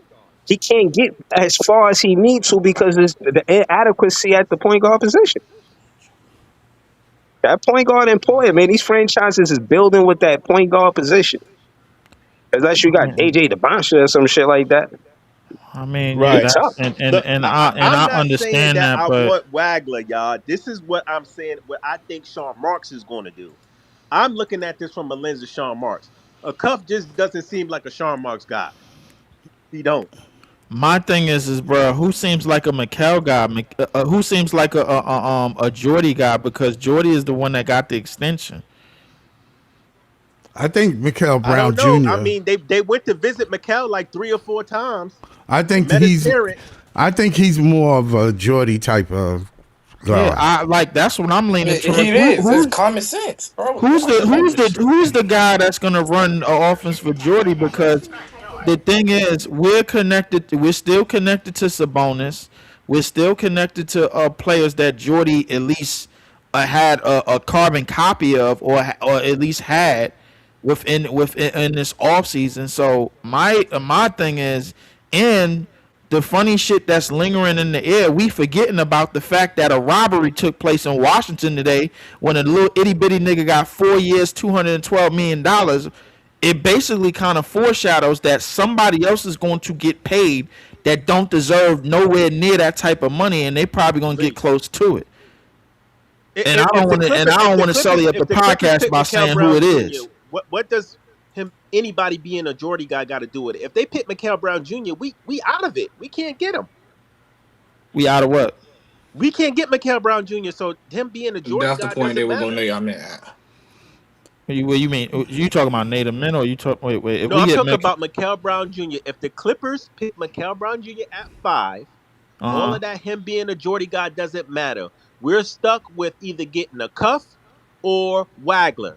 And like I said, I don't see a Cuff being a Jordy guy, and I don't see it being a Marks pick. And that's why I tell you, I though, mean, I don't see Acuff being a Marks or Jordy type of pick neither. But I'm pretty sure when you go from having 4 first-round picks and then you draft 5 first-round picks, Jordy was asked about at least one of them. I gotta believe that. And the fact that going forward, you doubled down and gave Jordy extension before you gave any player any new money. And then you visited Mikal a bunch of times, and we know the type of point guards that Jordy does had in the past. Jordy's been around that in the past. Mikal kind of fits the bill. I'm not saying that, but what I'm saying is, what does that matter if the Clippers pick him before us? Yeah, that's true too, Joey. Well, if the Clippers pick him before us, that means that they don't really give a damn about Darius Garland. That's not true. Mikal Brown Jr. can fit seamlessly next to Garland as well as Wagner. Either or will work. Mm-hmm. Because if you have it would work. It would work. It could work. It can. Is Is it? Hang on. Now, is it the best fit? No, but it can work. You got 2 ball handlers. You got 2 creators in the backcourt. Okay. That could both also play. Okay. All right. So let's do this. He's 6'5" too. If Mikal Brown gets picked at 5, then what's left on the board is Darius Acuff, Wagler, and who? Mara, I think.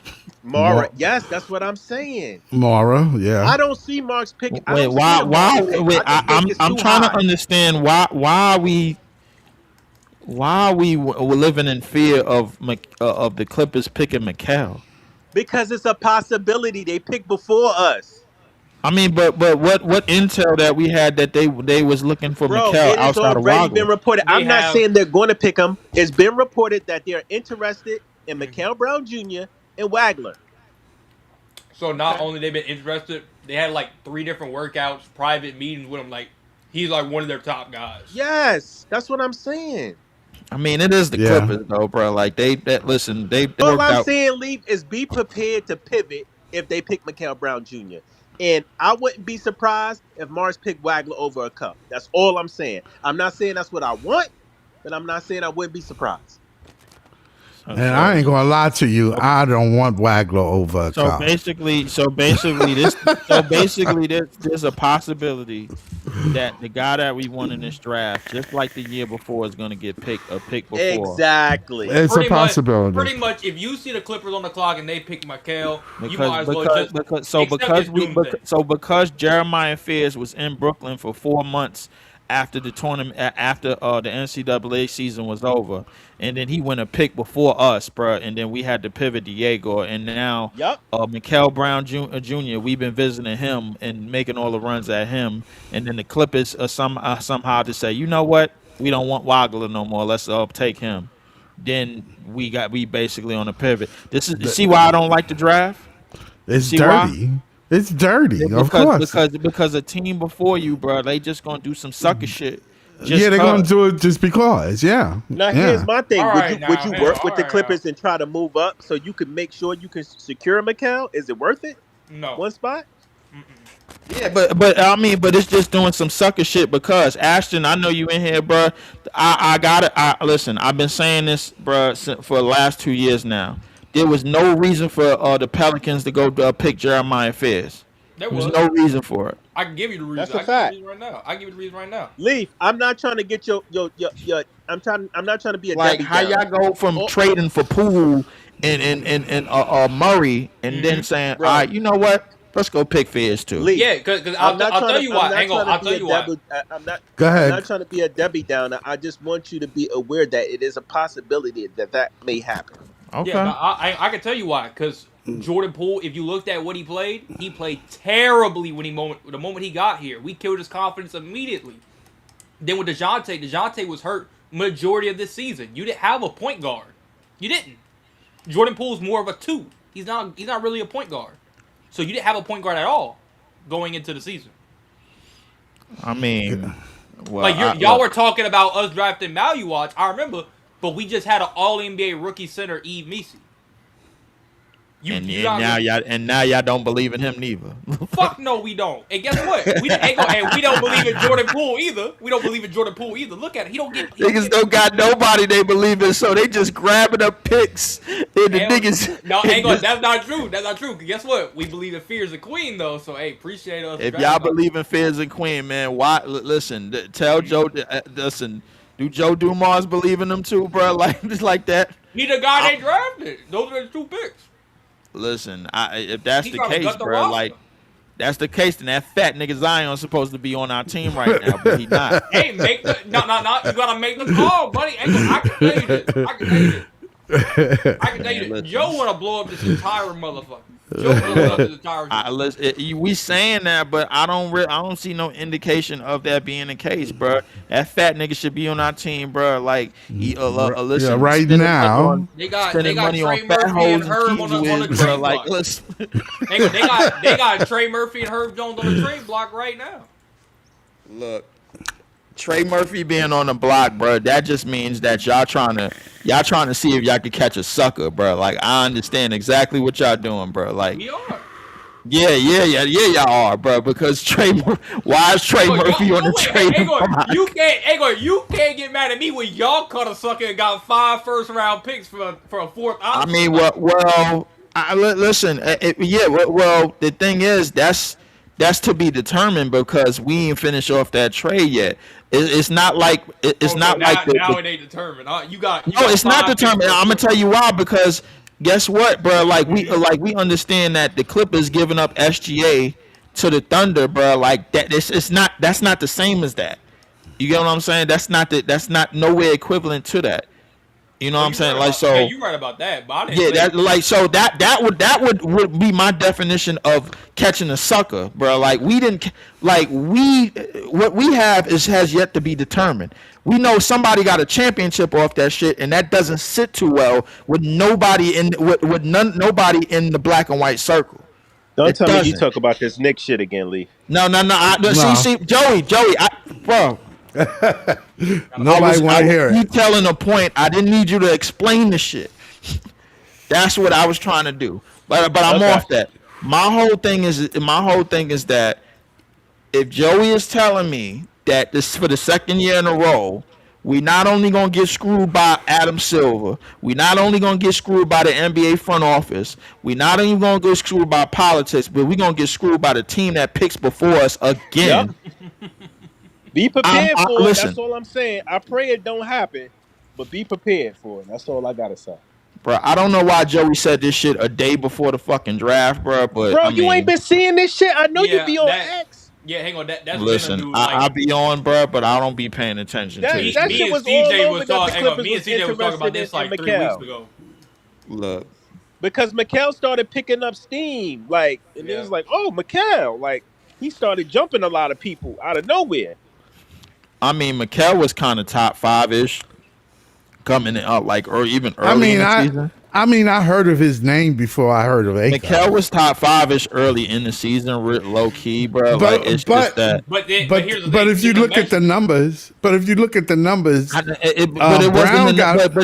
even before the numbers, he was still top 5-ish, bro. Like, it's just everybody saw that back injury and tried to panic. It was like one of those Exactly. altering. Okay. It wasn't an MPJ back injury. Yeah, but It was- the thing is, when they found out his back was good, Yeah. Right. And Like, the measurements alright, came out and too. then helped they him found out a out lot. his back was good. I think he and played then in FIBA or something like that. Something Yeah. like that, Joey. Something like that. Yeah, he was played in cooking. FIBA, He and looked then like they the best pivoted. player on the Yeah. court.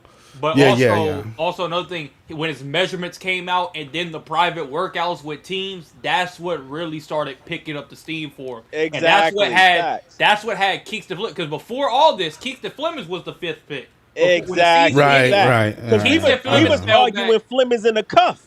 Yeah, At we first. was. Yes, Yeah, we was. So he fell back, and that's what also the measurements and workout put a Amar out of the top 10 into the top 8. The combine put Deamora on the map. Listen, But no, I'm and the gonna workout. I put heard it to you about this way.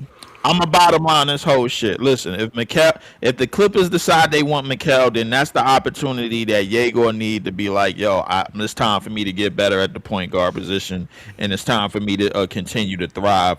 The way I was on my way to thriving when I came out the draft when I was supposed to go top 5, and everybody knew it because we acting like Yegor is like a stinker of a pick. The thing is that like once he gets back on the court and he actually shows you that he could take up the mantles of this team, sort of similar to Danny Wolf is about to do, bro. Like then I don't see no reason why this draft is like this draft. We put more importance on this draft than importance of the rookies that's about to be sophomores coming into this year. To me, it's just kind of foolish, bro. Like to me, it just says, yo, you know what? I don't like these rookies, man, because even though we was tanking, even though they didn't, none of them played over 60-something games. I don't really see the upside. I don't really see the upside a lot of people of feel that way, Leaf. A lot of people, and I'm not gonna hold you. I feel like we got 4 duds and a possible. That's how it's looking right Nigga now. said bro. 4 duds and a possible. Dear God, man. Hang on, Lee. You talking about I was hating on my team. Duds and a possible. Hang on, you said I was hating on my team. This man Now- just said, now- No, I just- we got to keep it above. Listen, I know it's only 1 year, but we got to keep it above. Like Yeah. nothing jumped off the page to us out of all of our rookies. They didn't make no fucking list. Nothing jumped off the page. I mean, I don't, Yegor had but I think, but Joey, I think that was the front office's plan, bro. Like, if anything, bro, like they wasn't they wasn't a hell set bent on the rookies making that big. I'm gonna say this: they wasn't wholly bent on making the rookies play over 65 games one or winning that many games two, because. The thing is, if you go look back at the December that we had, a lot of people didn't like the way we were tanking. And a lot of people finished this year with saying, bro, as soon as the year finished, when we finished bottom 3, nobody was mad about us finished bottom 3 until the draft lottery came about and we got 6. We didn't tank good enough. That's true. That's a fact. So realistically, this comes down to the fact of, you know what? I'm not getting the top pick that I want. Guess what? All these niggas suck. It comes down to this too, though, Lee. We've been begging for certain players before Sean Marks picked in the draft. We was begging for the Hugo Gonzalez's. We were begging for the Rasheer Flemings. We were begging for the Maxim Renards. And you know what? All 3 of them niggas is looking a lot promising than a lot of the shit we picked, and they went later. I would say, listen, Hugo. Everybody keep harping on Hugo Gonzalez because in that game we played against Boston, bro, like he got back, he hit a game winner, or whatever. Rasheer Fleming has yet to get clock in Phoenix, just like Malawak, and whatchamacallit is playing for the Kings, who are 10 times worse than what we are, bro, in terms of an organization moving forward. We all know that. So realistically, bro, like I understand what people are saying, but that doesn't like the thing about a marathon, bro. It ain't how you start; it's about how you finish. So, that's what the NBA is. Do you really think Ben Saraf is going to be decent in this league, bro? I like how you mentioned Ben Saraf instead of the other. No, I'm gonna go one by one with you. What do you think? And then you gonna go from worst. You gonna go from the nigga that you think is the worst. I know what you gonna do. But Joey, I want to say this real quick. Salute. Because you were talking about because they didn't make a list. Are you talking about the All NBA rookie teams? That's what you're talking about. They didn't make that list because because the front office didn't allow them to play over 65 games. This is what I'm talking. I wanted to land my plane. It's not even just about the list, right? Okay. My thing is, I feel like these niggas don't know how to fucking draft. I feel like we know more than they do, bro. Hold on, Joey. Let me ask you this: when Yegor took the court this year against most of the rookies, bro, like outside of the top rookies we know, like the Concanepals and the whatchamacallits, how did you feel when you first saw him against Jeremiah Fez? What did you come to the conclusion of? I mean, I thought he was decent. Did you think he played better than Jeremiah Fez in that matchup? Because I remember people saying he played better than Jeremiah Fez. I can't even really give Diego no real props because he don't get no paint touches. I ain't gonna hold you. He was shooting the lights out. Oh my god. Diego was okay. I feel like he jacks up a lot of threes because he's scared to handle the ball and go to the paint. My thing is, did you think that he played better in the matchup against Jeremiah Fez? I'll give you that. He played better than Jeremiah. When Danny Wolf first got his first playing minutes versus Giannis, did you think in the minutes that he played in 24 minutes and 22 points, did you think that he played good enough? See, this is what you're doing. You're taking a very, very small sample size. Hey, bro, wait. You're talking about a sample. Wait. No, listen. Is it really that small of a sample size? You taking a couple of few bright spots these niggas had and trying to make it like the whole. But wait a second. The bright spots that I'm taking is the bright spots that we was harping on all year long until the draft lottery came around.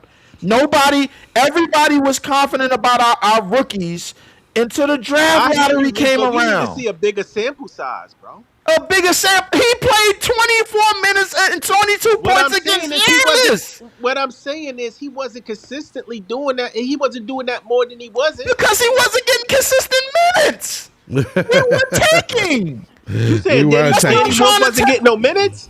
Yeah, he wasn't getting consistent minutes. Bro, hold up. Tell me if I'm wrong about this. You seen games where he played 20 minutes and then back to 15 and then back to 10. 20 minutes, then back to 15 and then back to 10. You seen that with all of our rookies. How many minutes Danny Wolf averaged this season? He barely averaged 20 minutes. Hang on, I can go look it up right now. I can tell you right now. He barely averaged 20 minutes. That's less than Nolan, and that's less than Yegor, and he probably produced just as good as both of them. Yeah, Danny Wolf averaged 20.8 minutes. So yeah, 20 minutes. 20 minutes. Yeah, almost 21, but we just gonna say 20. 20 minutes. That's not even half a basketball game. He was He had the second most. Nope, my fault. Nolan had more than him. So let's see. Nolan had more. We're gonna go to all the other rookies. Ben Surratt had the same amount of minutes. Right.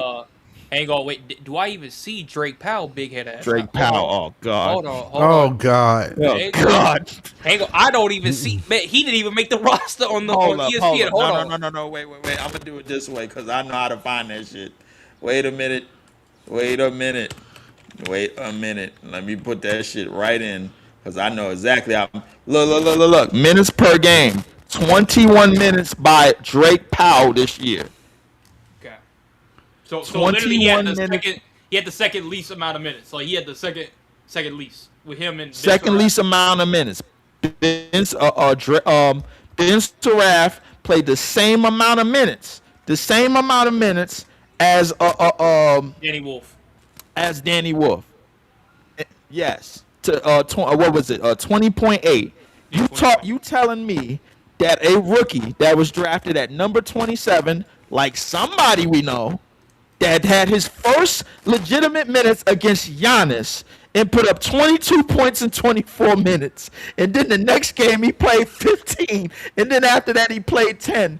That just goes to show you, bro, that maybe what Cam Thomas said was correct. The Nets don't believe in nobody like that. At least not right now. Hugo didn't get played big minutes this year. He actually played less minutes than Surratt this year. And Hugo only got I know, but that's hold up. He was more efficient in everything. But Hugo only got 3 points per game. That's what you're talking about. But that's because the only reason why he played that amount of minutes and he was that efficient because he was playing through all-stars that was on the team. You know, niggas like Jaylen Brown and Tatum and them, bro. Like that's why. So you saying if we switch Ben Surratt and Hugo, it would have been the same outcome?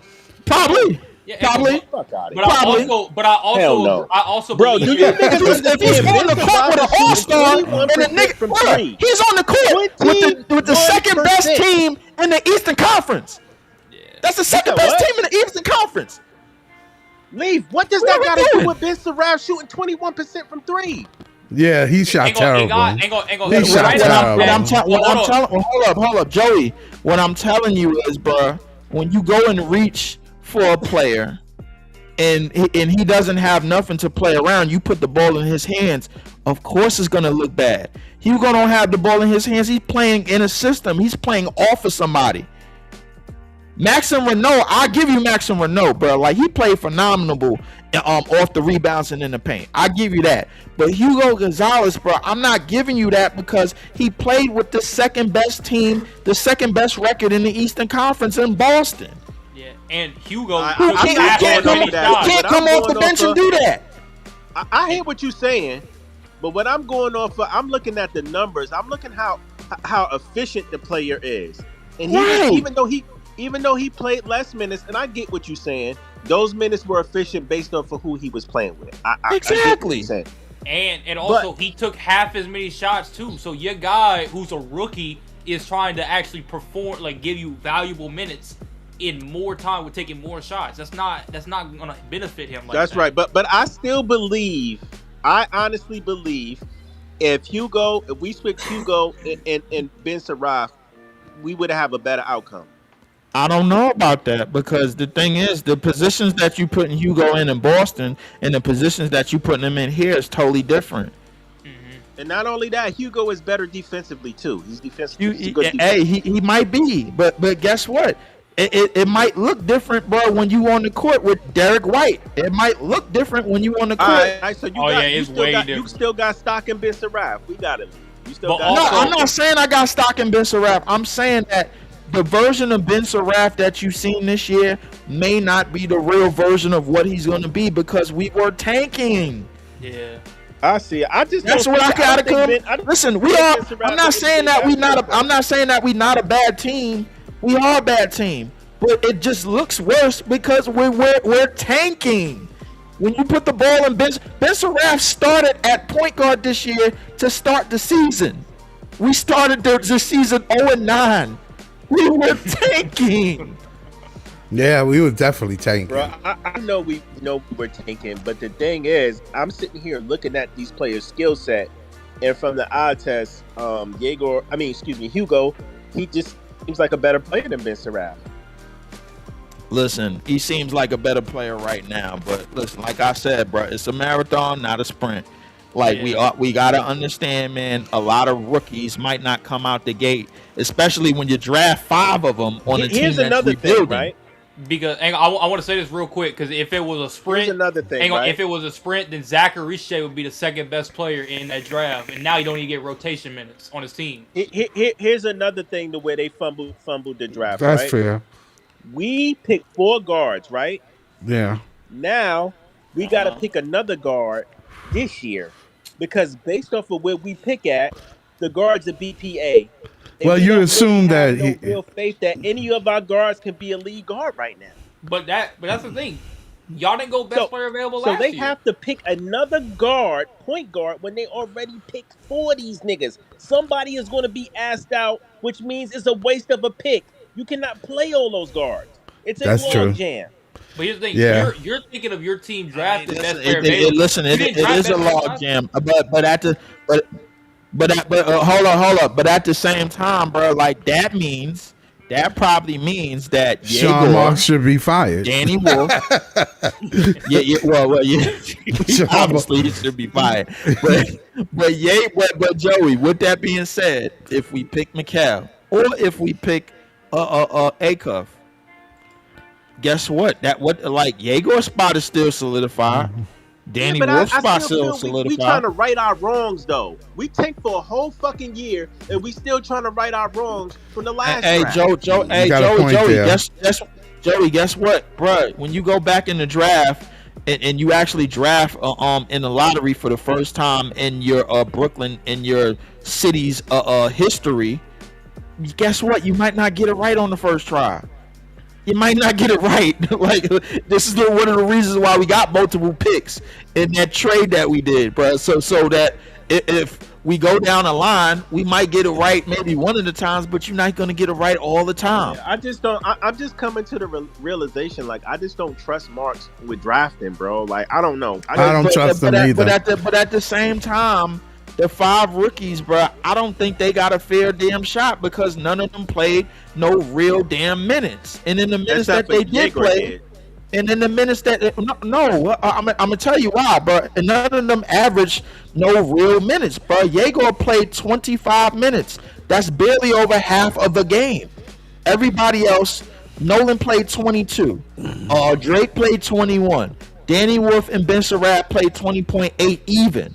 Those are not real. That's not real time to tell whether the rookies were really like that or not, bro. The Flatbush 5 is going to be remembered to win a time where our dumbass front office was trying to save money because they didn't want nobody on the all-rookie team making a damn bonus. That's probably what it's going to come down to. That's going to be the history of. That's probably going to be the history of them. But if they come out this year and Yegor clearly showed that he got better, and Danny Wolf clearly showed that he got better, bro. While we still harping on this number 6 pick in the draft because we don't like the way that they played the first year in the 20-something minutes that they played when you on a rebuilding team. Usually your top rookie is supposed to get close to 30 minutes like Con Kneppel, and we saw what he was able to do in that. Then it's a different story. Go look at all of the rookies that went dumb. They all played locked in minutes. All of them. Yeah, they played more minutes, that's for sure. But that's only because we had 5 of them and other teams didn't. They only had 1. No. That's because not only they only drafted one rookie. Yeah. They only drafted 1, so they had to worry about 1. Philly only had to worry about VJ. Dallas only had to worry about Coop. Charlotte had to only worry about Con Kneppel, and it makes it a little bit easier. I get it, but at the same time, bro, we were tanking. Yeah, and we was tanking at the same time. We were switching the lineups up every night. If these niggas is not, you can't keep these niggas on the floor because it's not sustainable and they're not playable. It's not sustainable. We were tanking. Yeah, but we're tanking. But you still gotta be able to play the game in the right way, Leaf. You can't just have a bunch of rookies out there. How just can you fucking play the running game around the like right chickens way, with their bro? head cut off? If you got 19-year-olds barely averaging 23 minutes, and you got 5 of them. That's why you mix veterans with the rookies, so it could be so somebody can keep the ship headed in the right direction. The ship was supposed to sink because we were tanking. That is true, but at the same time, you still need veterans around to have these guys play the right way. Yeah, So I mean, what you I wanna do, understand you what wanna you're play saying. all the rookies?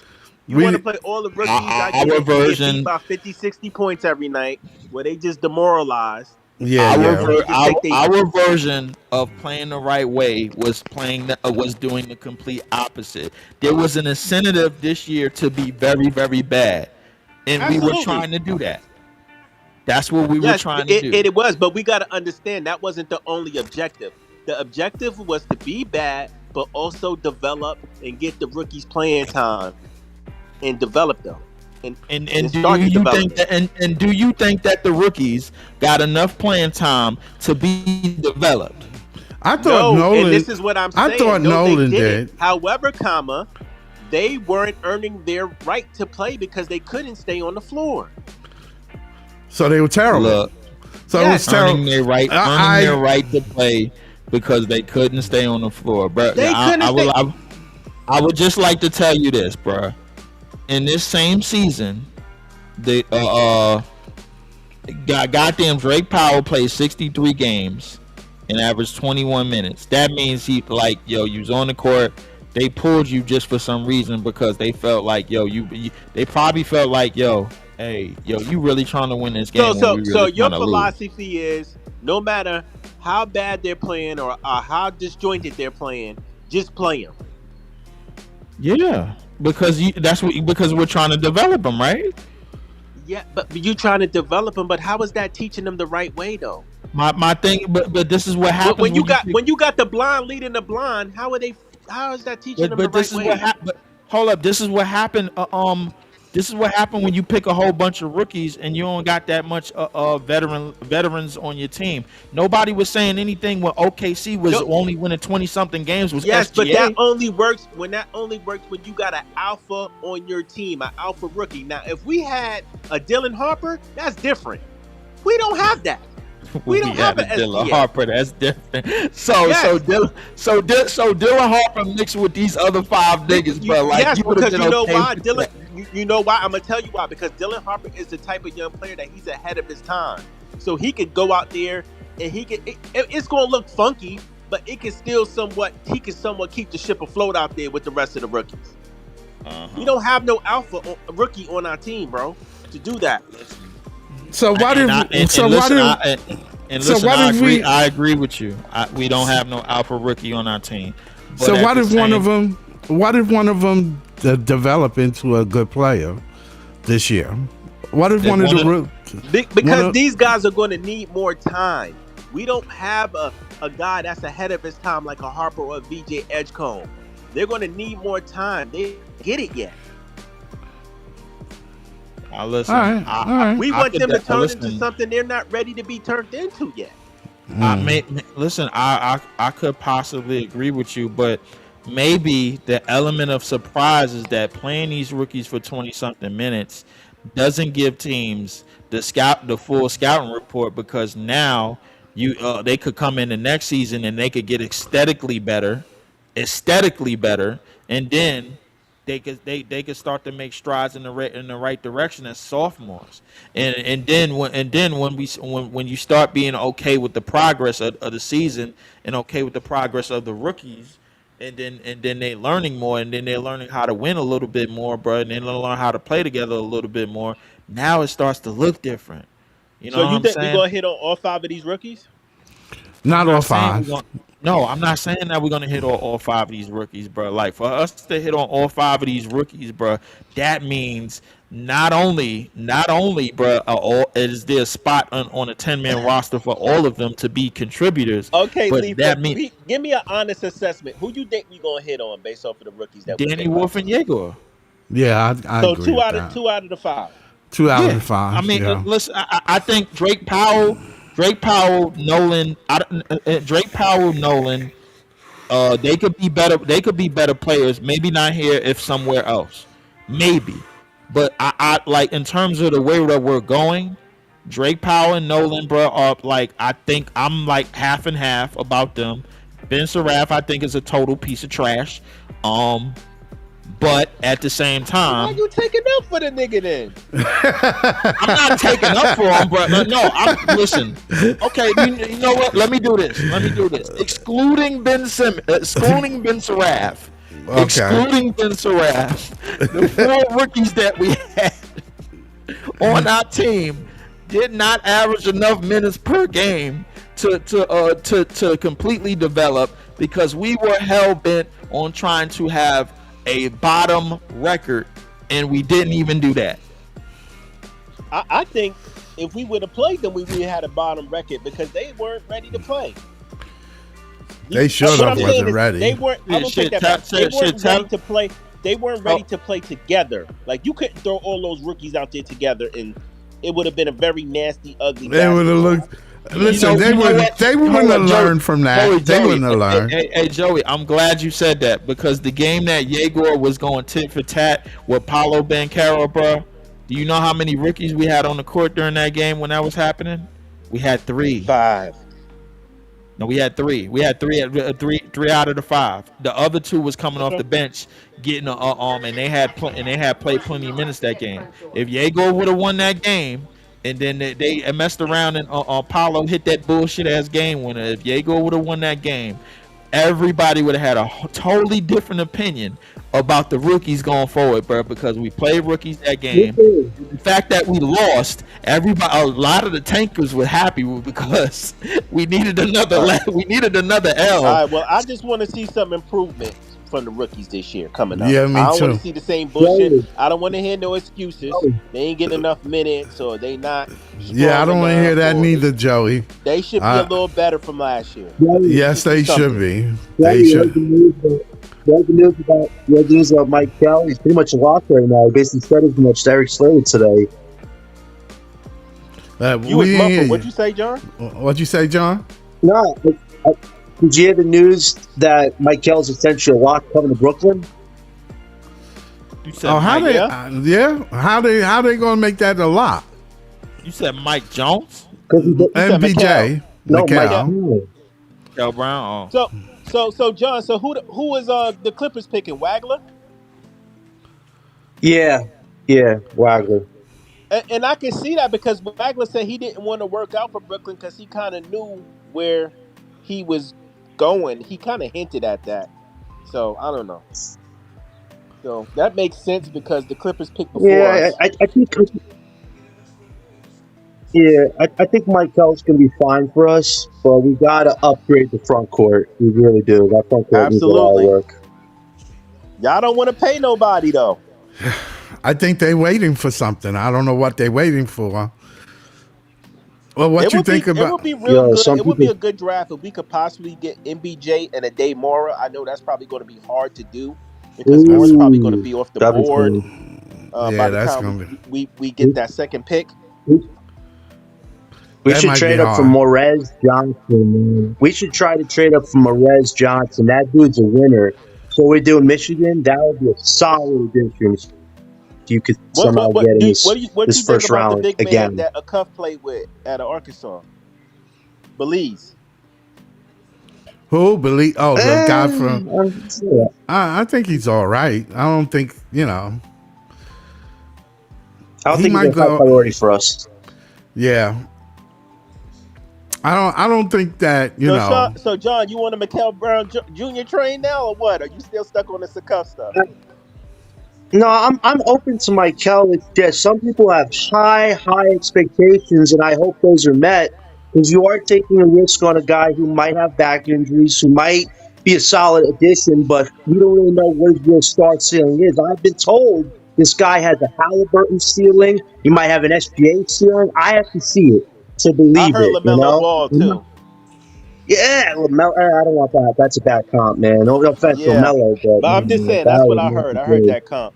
So here's the thing, John. John, here's the thing. It's not like I don't like a cuff. I would be cool with a cuff. I just don't see Marks picking a cuff at 6, bro. I don't see it. Marks is an idiot. We all know this. So if A-Cup goes to the Kings and become a good organization, that's their loss. And A-Cup said, if you guys don't choose me, it's your loss. And I appreciate the fact that his confidence is unwavering. That's the type of player you need in the NBA. Like some people think it's arrogant. It's not. He is a winner. He knows how to win. He knows how to lead by example. So for the people that put out campaign smears, this guy's a bad locker room presence. See what he does in Sacramento. Hey, John, I ain't gonna front. I was looking at Locked On Nets today, and Eric Slater brought up something like that. That his teammates, Jeff Teague said his teammates didn't like playing with the cuff. Does anybody really It was believe Jeff rumor out Teague? there they didn't like playing with him. I don't think Jeff Teague has sources. I think I have more sources than Jeff Teague. I'm not an insider, but I get it. Listen, there's a lot of stuff that comes about a lot of people, but I think A-Cup's going to be solid. With Michael, it's just, can he be that assertive leader? He talked about how him and Jordy need to have a strong relationship, how he's basically going to be, what Jordy is on the court as like the shot caller, the playmaker, stuff like that. So that's good to hear. You just have to see how him and Diego work as a backcourt. Like, one has to be the leader, the other has to be off ball. It can't be just two guys playing off ball. So if he can assert himself as the primary guy, then that's a good start for Michael. He just needs to clean up some things on his game, and I think he'll be okay. Well, I'm looking at A-Cuff's numbers, and his assists are double what Mikael Brown Jr.'s. Michael's cool. Yeah, he's got like 6 assists. Mikel's to like 3 something. Right, and his field goal percentage. That's what I was going back to, Scott. His field goal percentage is way higher. Word. Yes, I'm not talking about a little bit higher. Is better now. Yeah, A-Cuff can score. A Cuff is more efficient too. His numbers is better all across the board. All across the board. We just need to see more discipline with Michael's game. Like, instead of trying to go with the crazy shots, just make good, solid shots. Make good plays for your teammates. I think he'll fit in seamlessly. It's just the front court. If you want to maximize Michael, Jaeger, all the guards you have, the front court, you got to have contributors. You need a center, a power forward. If you move up the MPJ, you're going to need a small forward. If you could change that front court, I think these guards have some real cards to work with in their favor on this team. But you need a center that can set screens. We don't have a center to set screens. That's fundamentals. So that needs to be fixed. Maybe tomorrow night.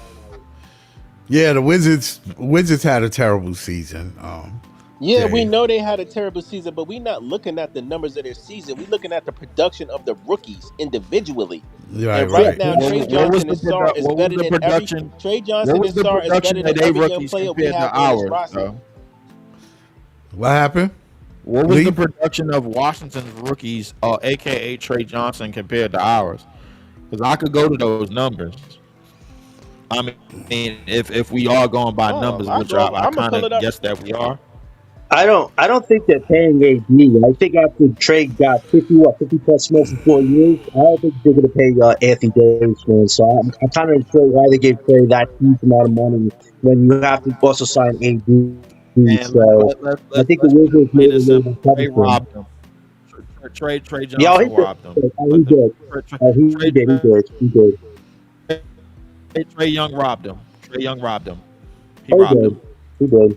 He robbed him with a sport, bro, like that you get from the auditorium lunchroom or some shit. He robbed him. Yeah, he got him. $50 million is crazy. He robbed him. I didn't even see him. Dollars.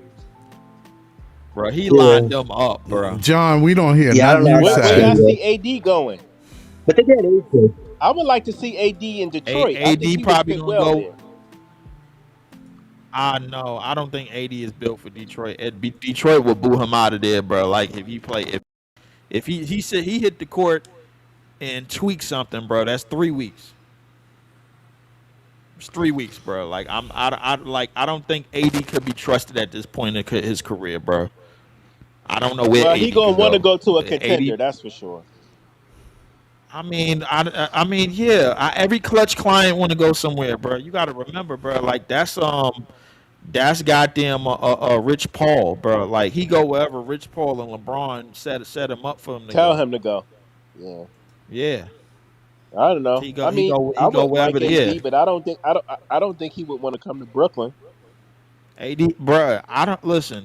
At this point, I don't know where AD can go to where like because he signed a new deal. He hurt as hell. The best years is LeBron already used him up. LeBron already used up his best years. And I don't think you're going to get any more good basketball out of AD anymore consistently. I think LeBron knows how to use people, bro. Like LeBron has used many people and ended their careers shortly, and shortly after their careers are over, they turn into role players, or it's basically the count. They basically become on basically when they get out the league, when they leave LeBron James, their career turned into basically a stopwatch. You know what I'm saying, bro? It's very few people that left LeBron and then they had a career afterwards. Shout out to Alex Caruso, man. Yeah, Kyrie. I could give Kyrie that, but he been kind of injury plagued ever since he left LeBron too. Yeah, Like Caruso as well. Caruso. I mean, like, well, Caruso is in a role. Yeah, Trey Johnson. Bro, I ain't gonna lie. Trey Johnson, to me, I don't give a shit what Con Kneppel did. I still think that's the best shooter out of the draft. Trey Johnson. I just think he was playing behind people. I still think he's nice. He's a beast, I don't bro. think Trey, but no. Oh, okay. If you think Trey Johnson was playing behind people, name me the two guards, bro, that was on the Washington Wizards. Let's see. You got what's his name? I can tell you who it's not. It's not Bob Carrington. It ain't Trey Young. It ain't Bilal Coulibaly because he's a 3.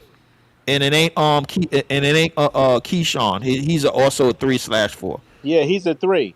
But Yes. that don't mean just because they was 3s that they won't start 2 3s, 2 wings together. Was Trey Johnson starting? Because I don't think he was starting. Trey Johnson played over 60 games. Hold up, I'll tell you right now, because Trey Johnson, he played over 60 games and he started over 42 of them. That's the way. That's Okay. 5. That's 8 more. That's 8 more games than Yegor played. Gotcha. So they used him for sure because he was getting close. He was getting close to 6 3-point attempts per game. You think he better than Yegor? I don't think he better than Yegor. Right now, I mean, as a shooter, shooter. I don't think he is as a player. As a player, no. As a player, no. I don't think he is as a shooter. He's the best shooter in the draft. I'm staying on that. I don't agree with that. I think he's an overall better scorer than Yegor, better offensive player. Okay, yeah, okay, yeah. I'll give you that. Overall better scorer, yeah. I give you that. But is he a better overall player than Yegor? No. Bud Carrington. I don't think that. Cooper. They got Champagny brother, who's a 4. Bilal Coulibaly, who they play at wing realistically. I don't know why they got him at guard. Keyshawn George is a 3. 80 is the 4. Gill is a 4. They don't play Hardy. I don't know why Hardy was up there. Trey Johnson, of course, plays the 2. I don't know where D'Lo came from. I never seen D'Lo play a game in that uniform at all. Alex Sora is the 5/4. Vukovic is the 4/5. Whitmore is a wing. Who is in front of whatchamacallit at the 2 guard position? Nobody. And yet we got a log jam at the guard position. What you think about Durant? Would you be willing to take Durant on Leaf? Hell no. I don't think Jalen Duren fits anything. You wouldn't take a. I don't think he fits anything that we're doing. He's about to get paid over $35 million a year. I'm not taking that. No. We just seen Trey Young rock. If we get rid of Claxton, what? If we get rid of Claxton, then that means the position is for Day'Ron. The position is for Day'Ron to have. Brooklyn Nets. You said, but if we get rid of Claxton, the position is basically a lock for Day'Ron. I think Joey a lot. Yeah, I got him back. Can you hear me? Yeah, I got we you. can hear you. I think Did he. you hear my question, Lee? No, No, no, we didn't I hear it. didn't hear you. You had blanked out. Say it What again. happened? Say it Say again. it again. I said if we get rid of Clax, I said what center do you think will fit seamlessly with the Brooklyn Nets? What center targets would you want on this team? Dayron. You was you, You cool with Dayron starting? Yeah, I'm cool with Dayron starting. I've been cool with Dayron starting for like the last year and a All half. right, but still have to get another center though. Okay, I mean, if we could go You back don't in the think draft, Dayron kind of undersized to start at center? no, I think Dayron is good. I think Dayron is All good right, for so who you getting rebounding. for another? I think Dayron is good for rebounding. I think he's good for physicality. I think Dayron, he's gotten better as a passer. He's gotten a better overall skill set as a spot up shooter. He's got better in finishing around the basket. He's going to play with more space. He's got better. He could get better as a screener. I think he could definitely get better as a screener. He could definitely get better as a side to side defender. He does tend to get in foul trouble, but I mean, Dayron is cool with me at starting at 5. If we could get Mara to back him up, I'm cool with that. I'm not sure we can get more though. That's the only problem. I mean, if we can't trade back in this draft and get Mara, then we gotta go get something else. I mean, shit, we gotta go get another backup. More than So, likely, we would have to get a big man out of free agency or trade. yeah, most likely free agency. I Yeah. mean, Hartenstein, for we before think- anybody say yeah, anything. Before anybody say anything, I'm not paying no money for no high priced ass center that was on a playoff team. I'm not. So what center are we getting then? 'Cause, I mean, all listen. the good ones, If you you gonna hold have up, to pay. Let me explain what I mean. If you want to continue giving short term deals, that's fine because you gave Dayron a short term deal. He been here since day one. You've been giving short term deals all over the place. Claxton is the only person that got extension, but it was like a mid extension because it was only His is a $20 good. million. His is going down as the Yeah, years. his came. money is going down. So I'm Okay, not mad at it. I know John don't like this name, but what about Sabonis? Sabonis is on the back end of his contract, 2 years. Sabonis, Even though He's he's on just the mat, Sabonis is a throwaway contract, bro. Like, and it's almost the same as a kind of getting a Zion. It's getting somebody that could fill a waiver, like a fill us but that's a, the type a, of player we gonna have to go after. Leave you not getting no Dean. I mean, listen, if we can't go back in the draft and go get Mara, then go get Sabonis. Yeah, because the Sabonis only knows thing- Jordy. I mean, and Sabonis can rebound. He plays physical. I mean, Because defensively, I don't if like we him, get but Hartenstein don't want to get paid. Hartenstein gonna win over Well, 30 million. No, he's not. He's not getting $30 million. That's He ludicrous. already Listen, I makes think the 20. problem He with already Sabonis- makes They already 28. make 28. He already Yeah. makes 28. Wait. Sabonis is making like $40 million, and his defense is on the decline. I get Yeah, you but that's a offensive stuff, contract but filler. he He's can't- on a 1+1.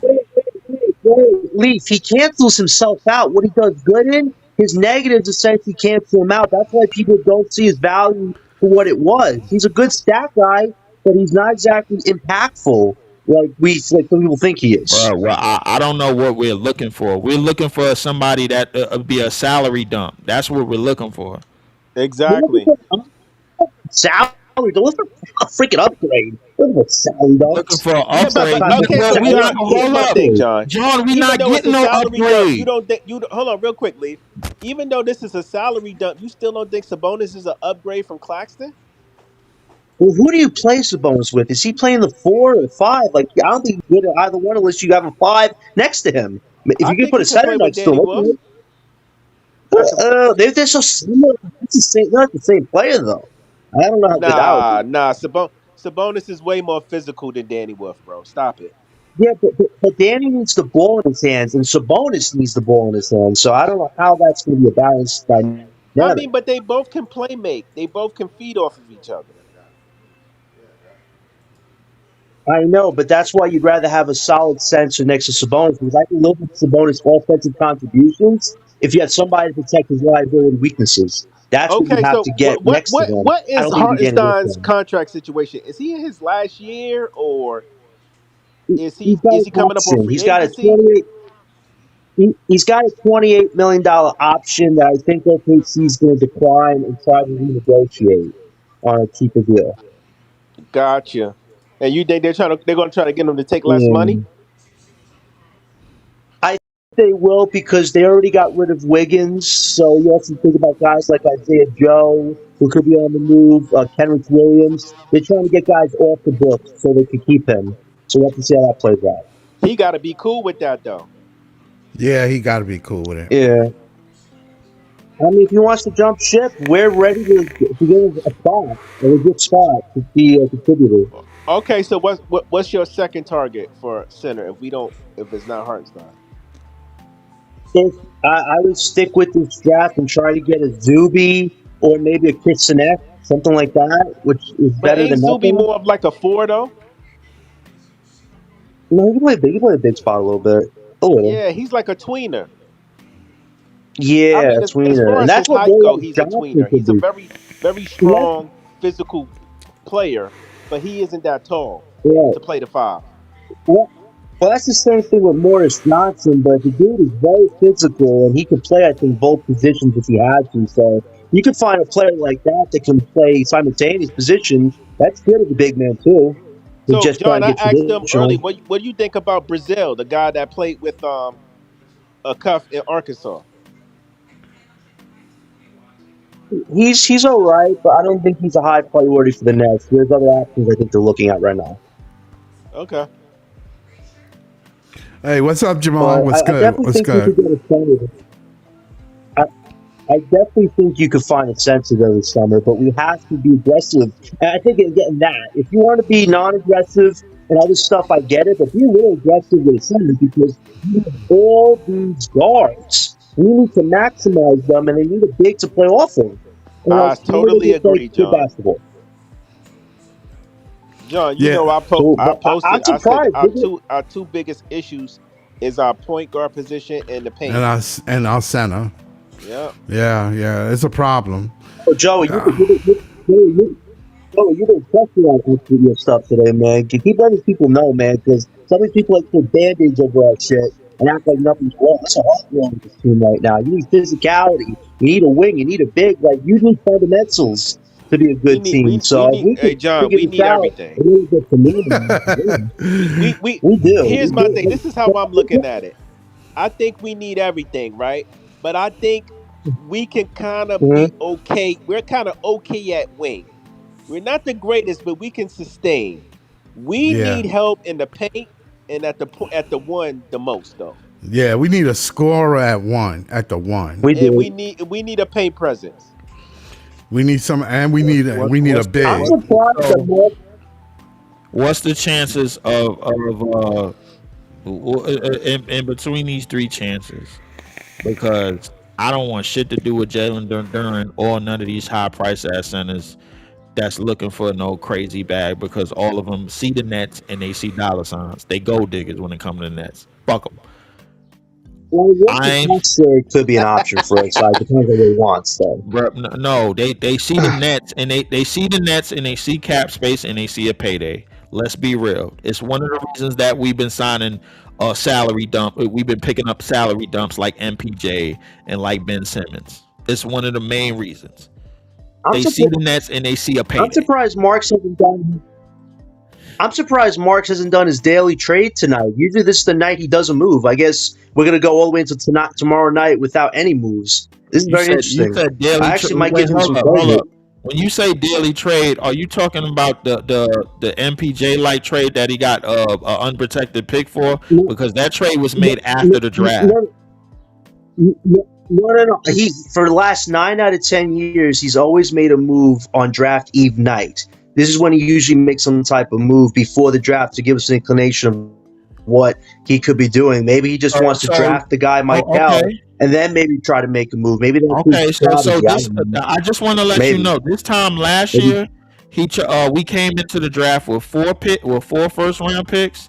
He left with 5, and we wasn't happy. Well, he did the Hawks move. Well, he did that move with the Hawks the night before the draft. We'll remember to get Terrence Okay, Mann. yeah. So he actually made that yeah. move the night of. Yeah, I was expecting him to make that before the night draft when it was time to go get Zach Edey, but he didn't.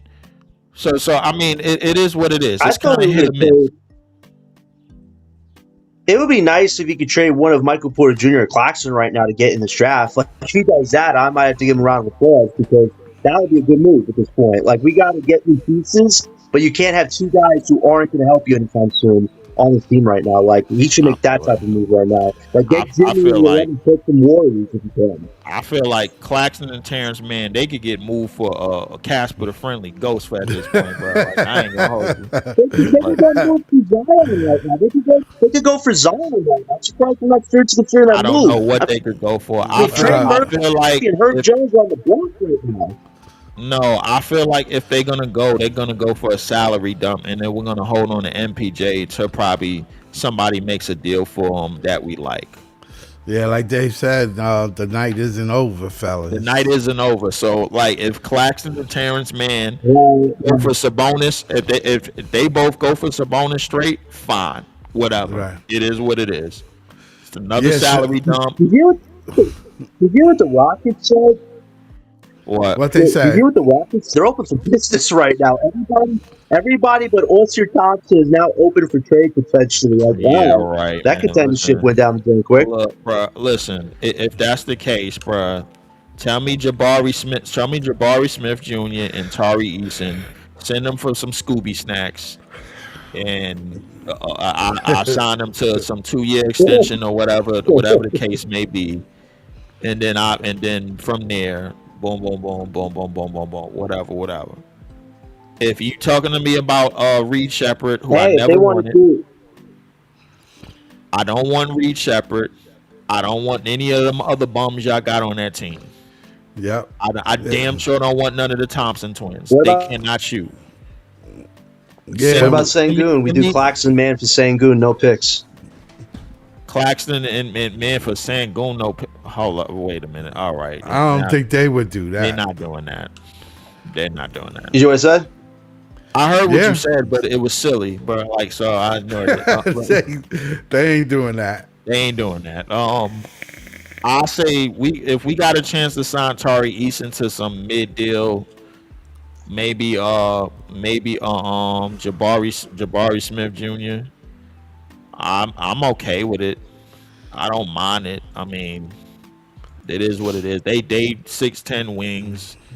They could get up and down the court. They could shoot a little bit, do some things or whatever. So I'm okay with that. Well, at least we fill out our wing positions. Yeah, know? I mean our wings, and you know, we just need that guard and that paint presence, man. That shit is. Yeah, I feel like Jabari Smith Jr. could play defense in this league.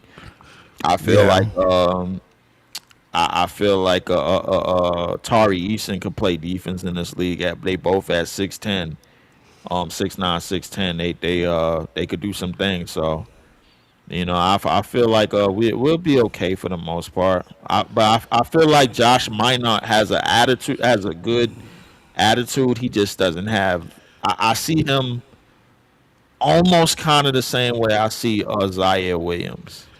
Nah, you can't give Asar Thompson for MPJ. I'm not taking that. I'm not taking it. No.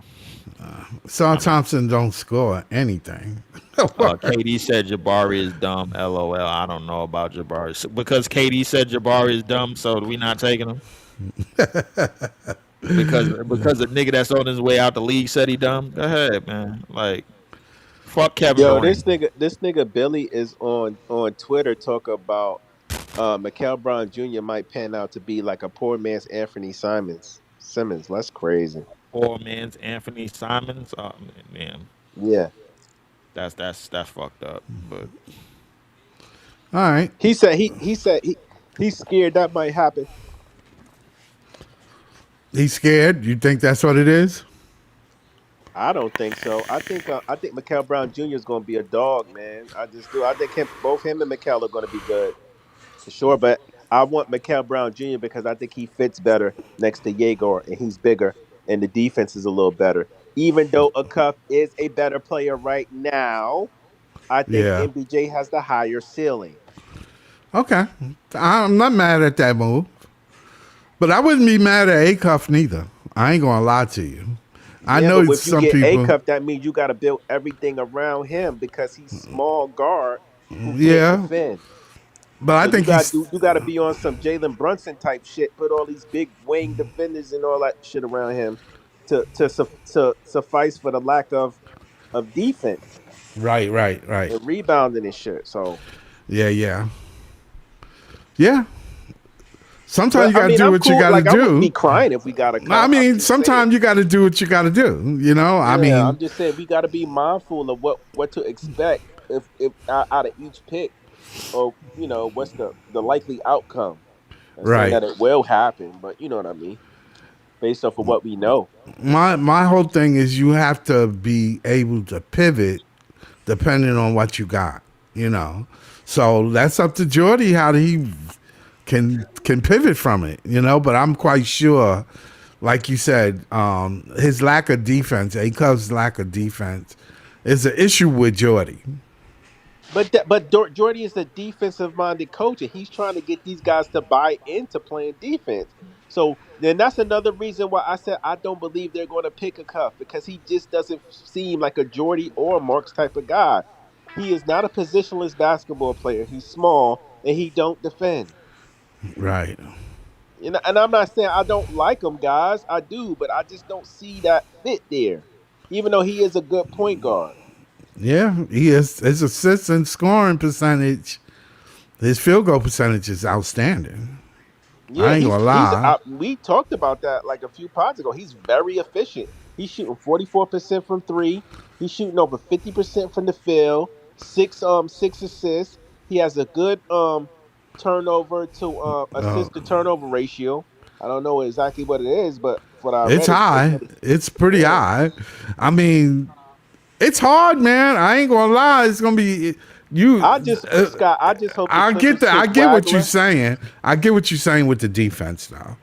But I mean, you don't draft for defense only. I think defense is an effort. Yeah, it is an effort, but here's the thing, Scott. I don't see guys who don't play defense that's just going to come into the NBA Become and better. magically become good defenders. Because I mean, here's the he don't thing: have to if be you an ain't played excellent defense in high defender. school, you That's ain't played true. defense I in get it. college. I What get makes you it. think you're going to play defense when you got to play against bigger, faster, stronger, best of the best I NBA get it. players in the I get world? it. I get it. You're right. You're right. I can't argue with you with that. I Yeah, so cannot. and I'm not saying I'm just saying I don't see it. I'm not saying it's not possible, but I'm not people like a coverage is gonna come in the league and then Jordy's gonna turn him into this stout defender. Like I don't see that. But but yeah, man, I'm excited, man. I'm ecstatic. I'm a little scared, we gonna see. Longest I'm hoping the Clippers pick Wagler at 5, so I know for sure that we could get McCall. I just hope that the Clippers don't try to clip us and get McHale at 5, because that is a possibility. You know what I mean? Even Yeah, a though, lot because I of know I'm Brooklyn is very high on McHale. right. I'm looking at the inside the comments, and a lot of people like Akov. Oh yeah, They he's a s- fan favorite, no doubt. I like him, but here's the thing, though. I'm not going to be objective, or I'm not going to be biased. right. You just These are saying things what we you got to talk feel. about. Right. Yeah. It's like we want to talk about all the guys we don't like. We want to bring up their deficiencies, but the guys that we do like, we want to gloss over it. You know, like yeah, he's an excellent playmaker. He's an excellent offensive player, but he's one of the worst guards defensively coming out of the draft. But because he's so good offensively, a lot of people don't care. Yeah, that's what it is. Yeah, People say, so I I'm get just what you're keeping it a buck. saying. I'm not hating on him, but this is a fact. You can go look this up, y'all. Yeah, I looked at the tape. Yeah, it's bad, dudes. It's bad, guys. I ain't gonna lie. Yeah, so it's, I mean, but it is what it is. Like I I said, I'm not. mean, it is bad though. Acup's defense It's is just like bad. we was talking about Kingston Fleming, and everybody, we was going back and forth between Kingston Fleming and the Cuff.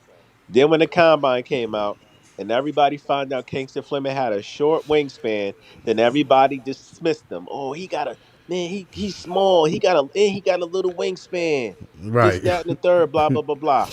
Even though, yeah, he may not have the physical traits that y'all looking for, but he's still the best defensive guard or one of the best defensive guards coming out of the draft. And you know what? That's something you cannot teach. You just have to have that mentality to want to play defense.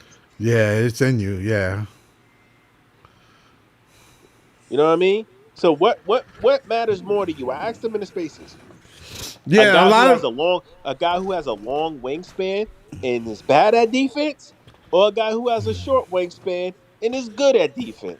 right. Yeah, because A-Cuff's wingspan is long. Yeah, it is. It has a long wingspan. That's why I think he can play D. I just think. Wait, what are we talking about? A-Cuff's defense. A-Cuff. No, bro, like I the know what problem you're with gonna him say. is that it's not going to be the wingspan problem. Like I don't think it's going to be him moving his feet and him closing out. Like closeouts, he's terrible. Blow bys, is terrible, bro. Like just getting back on defense and switching is terrible, bro. Like it's like he is not connected defensively at all. That's what I was saying, Lee. But we want to gloss over it because he's so good offensively. Yeah, and my thing is like, how good is this kid at 19 years old gonna be offensively to where his defense is just like we could just ignore the defense altogether? In the NBA. Yes. My like, bro, like you could be as good as you need to putting the ball in the basket. They talking about as a freshman, bro, like he has had his freshman scoring is crazy. You know, somebody else freshman scoring was crazy, and he stood here for years and years, bro. Like, and we saw what happened to him. I haven't seen him, bro, since we cut him. Who you Since talking about, Milwaukee Cam cut Thomas? him. Talking about Cam Thomas. I don't remember his name. Goddamn. Talking about Cam Thomas. And I don't like talking, and I don't want guys to take this like as we shitting on a Cuff. We just keeping it a buck, like, because this is going to be a player that we invest in Brooklyn is probably going to be groomed to be the face of the franchise. You feel me? And they're going to have a big impact on the direction that the franchise goes. So you got to look at all the pros and the cons when you choosing a basketball player, bro. You can't just pick you like the shit that you like and gloss over the deficiencies.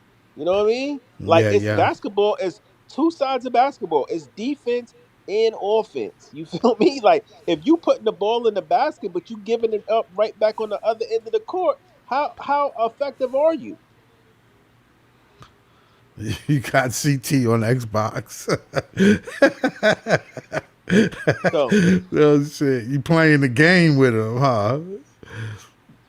Yeah, but I just want some dogs out here, man. I want some guys with some attitude, with some athleticism, with some physicality, and I want some guys that's ready to go out there and get it, and go out there and ready to have a chip on their shoulder and represent the Brooklyn Nets, man.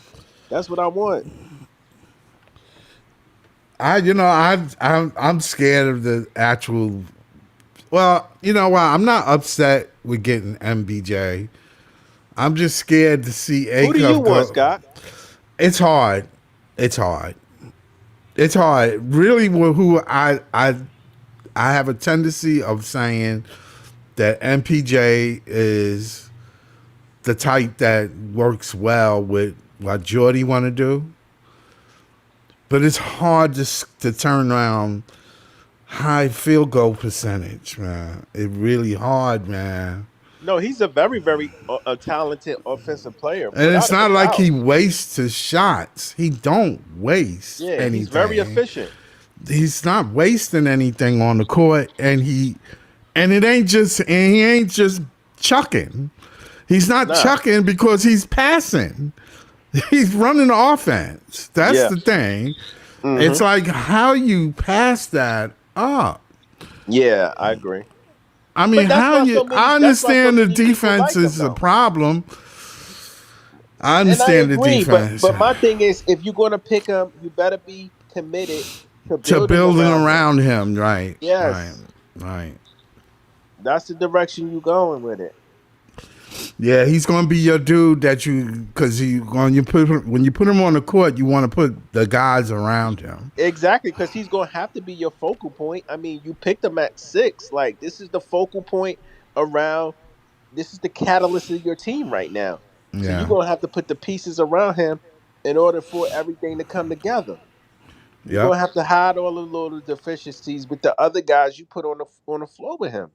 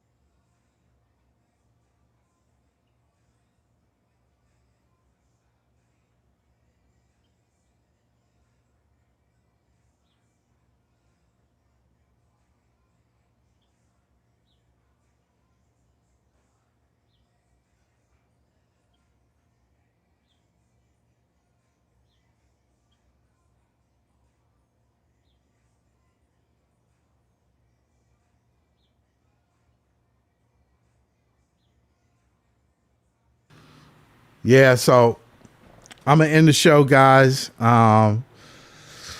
It's been nice talking to the two, Joey and Leaf. John, we had on the panel. Austin, who else we had on? CT, Easy. Everybody in the chat. We had some new people. Javon Ship just came. You just came, man. You just came. You can't hear me now? Can you hear me now?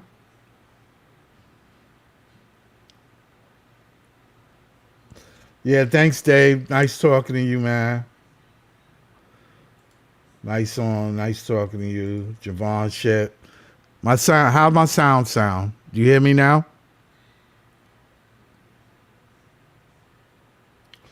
I'd like to thank everybody in the chat. Don't forget to like and subscribe. I'm probably do something right after the pick. I know everybody's going to be talking, so I'm going to try to wait till after the pick is done, around 9 o'clock. A lot of people is going to be covering the pick. Leaf should be covering it. Who else is covering it? Big Fan Breezy, Pete, with the Brooklyn Net fan, I'm quite sure a lot of people, Nets Kingdom will also be doing a live show. I will be doing my show after that, so it'll probably be late night. So don't forget to like and subscribe, guys. Oh man. Here comes Lee. I was just getting ready to end the show. Yeah, definitely. My joint is in the chat, youtube.com. I don't know if I'm doing the draft tomorrow. I don't know what I'm doing. I said you was, but I don't know. I might do I don't know, bro. I can't. I'm not doing it because I'm working the polls. Oh no! I'm not doing it because I gotta go. I gotta head to the medical district tomorrow. They messed up my damn Liberty hat, and I gotta go get it fixed. And I probably gotta go do some more work while I'm out there. So I'm gonna spend me a day out in Lubbock, man. But I'm gonna do it late night around 10 o'clock. Yeah, man. She better not be pissed off, man, because she left like 2 days in a row, man, to go to do 12 hours at bingo, man. So I'm, She say something about it, man. Like I'm gonna just be on strike. That's what it is. Be on permanent. I'm be on a good strike. Just take the car, and leave. That's what I'm on. Yeah, MJ. But yeah, thanks, yeah, and good luck. yeah, definitely. I'm out. I'm about here. I'll let you. All right. Leave.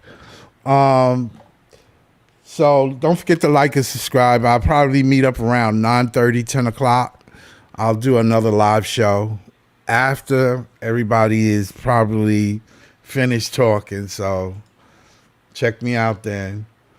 Till then, guys, peace, love. We good. Take care.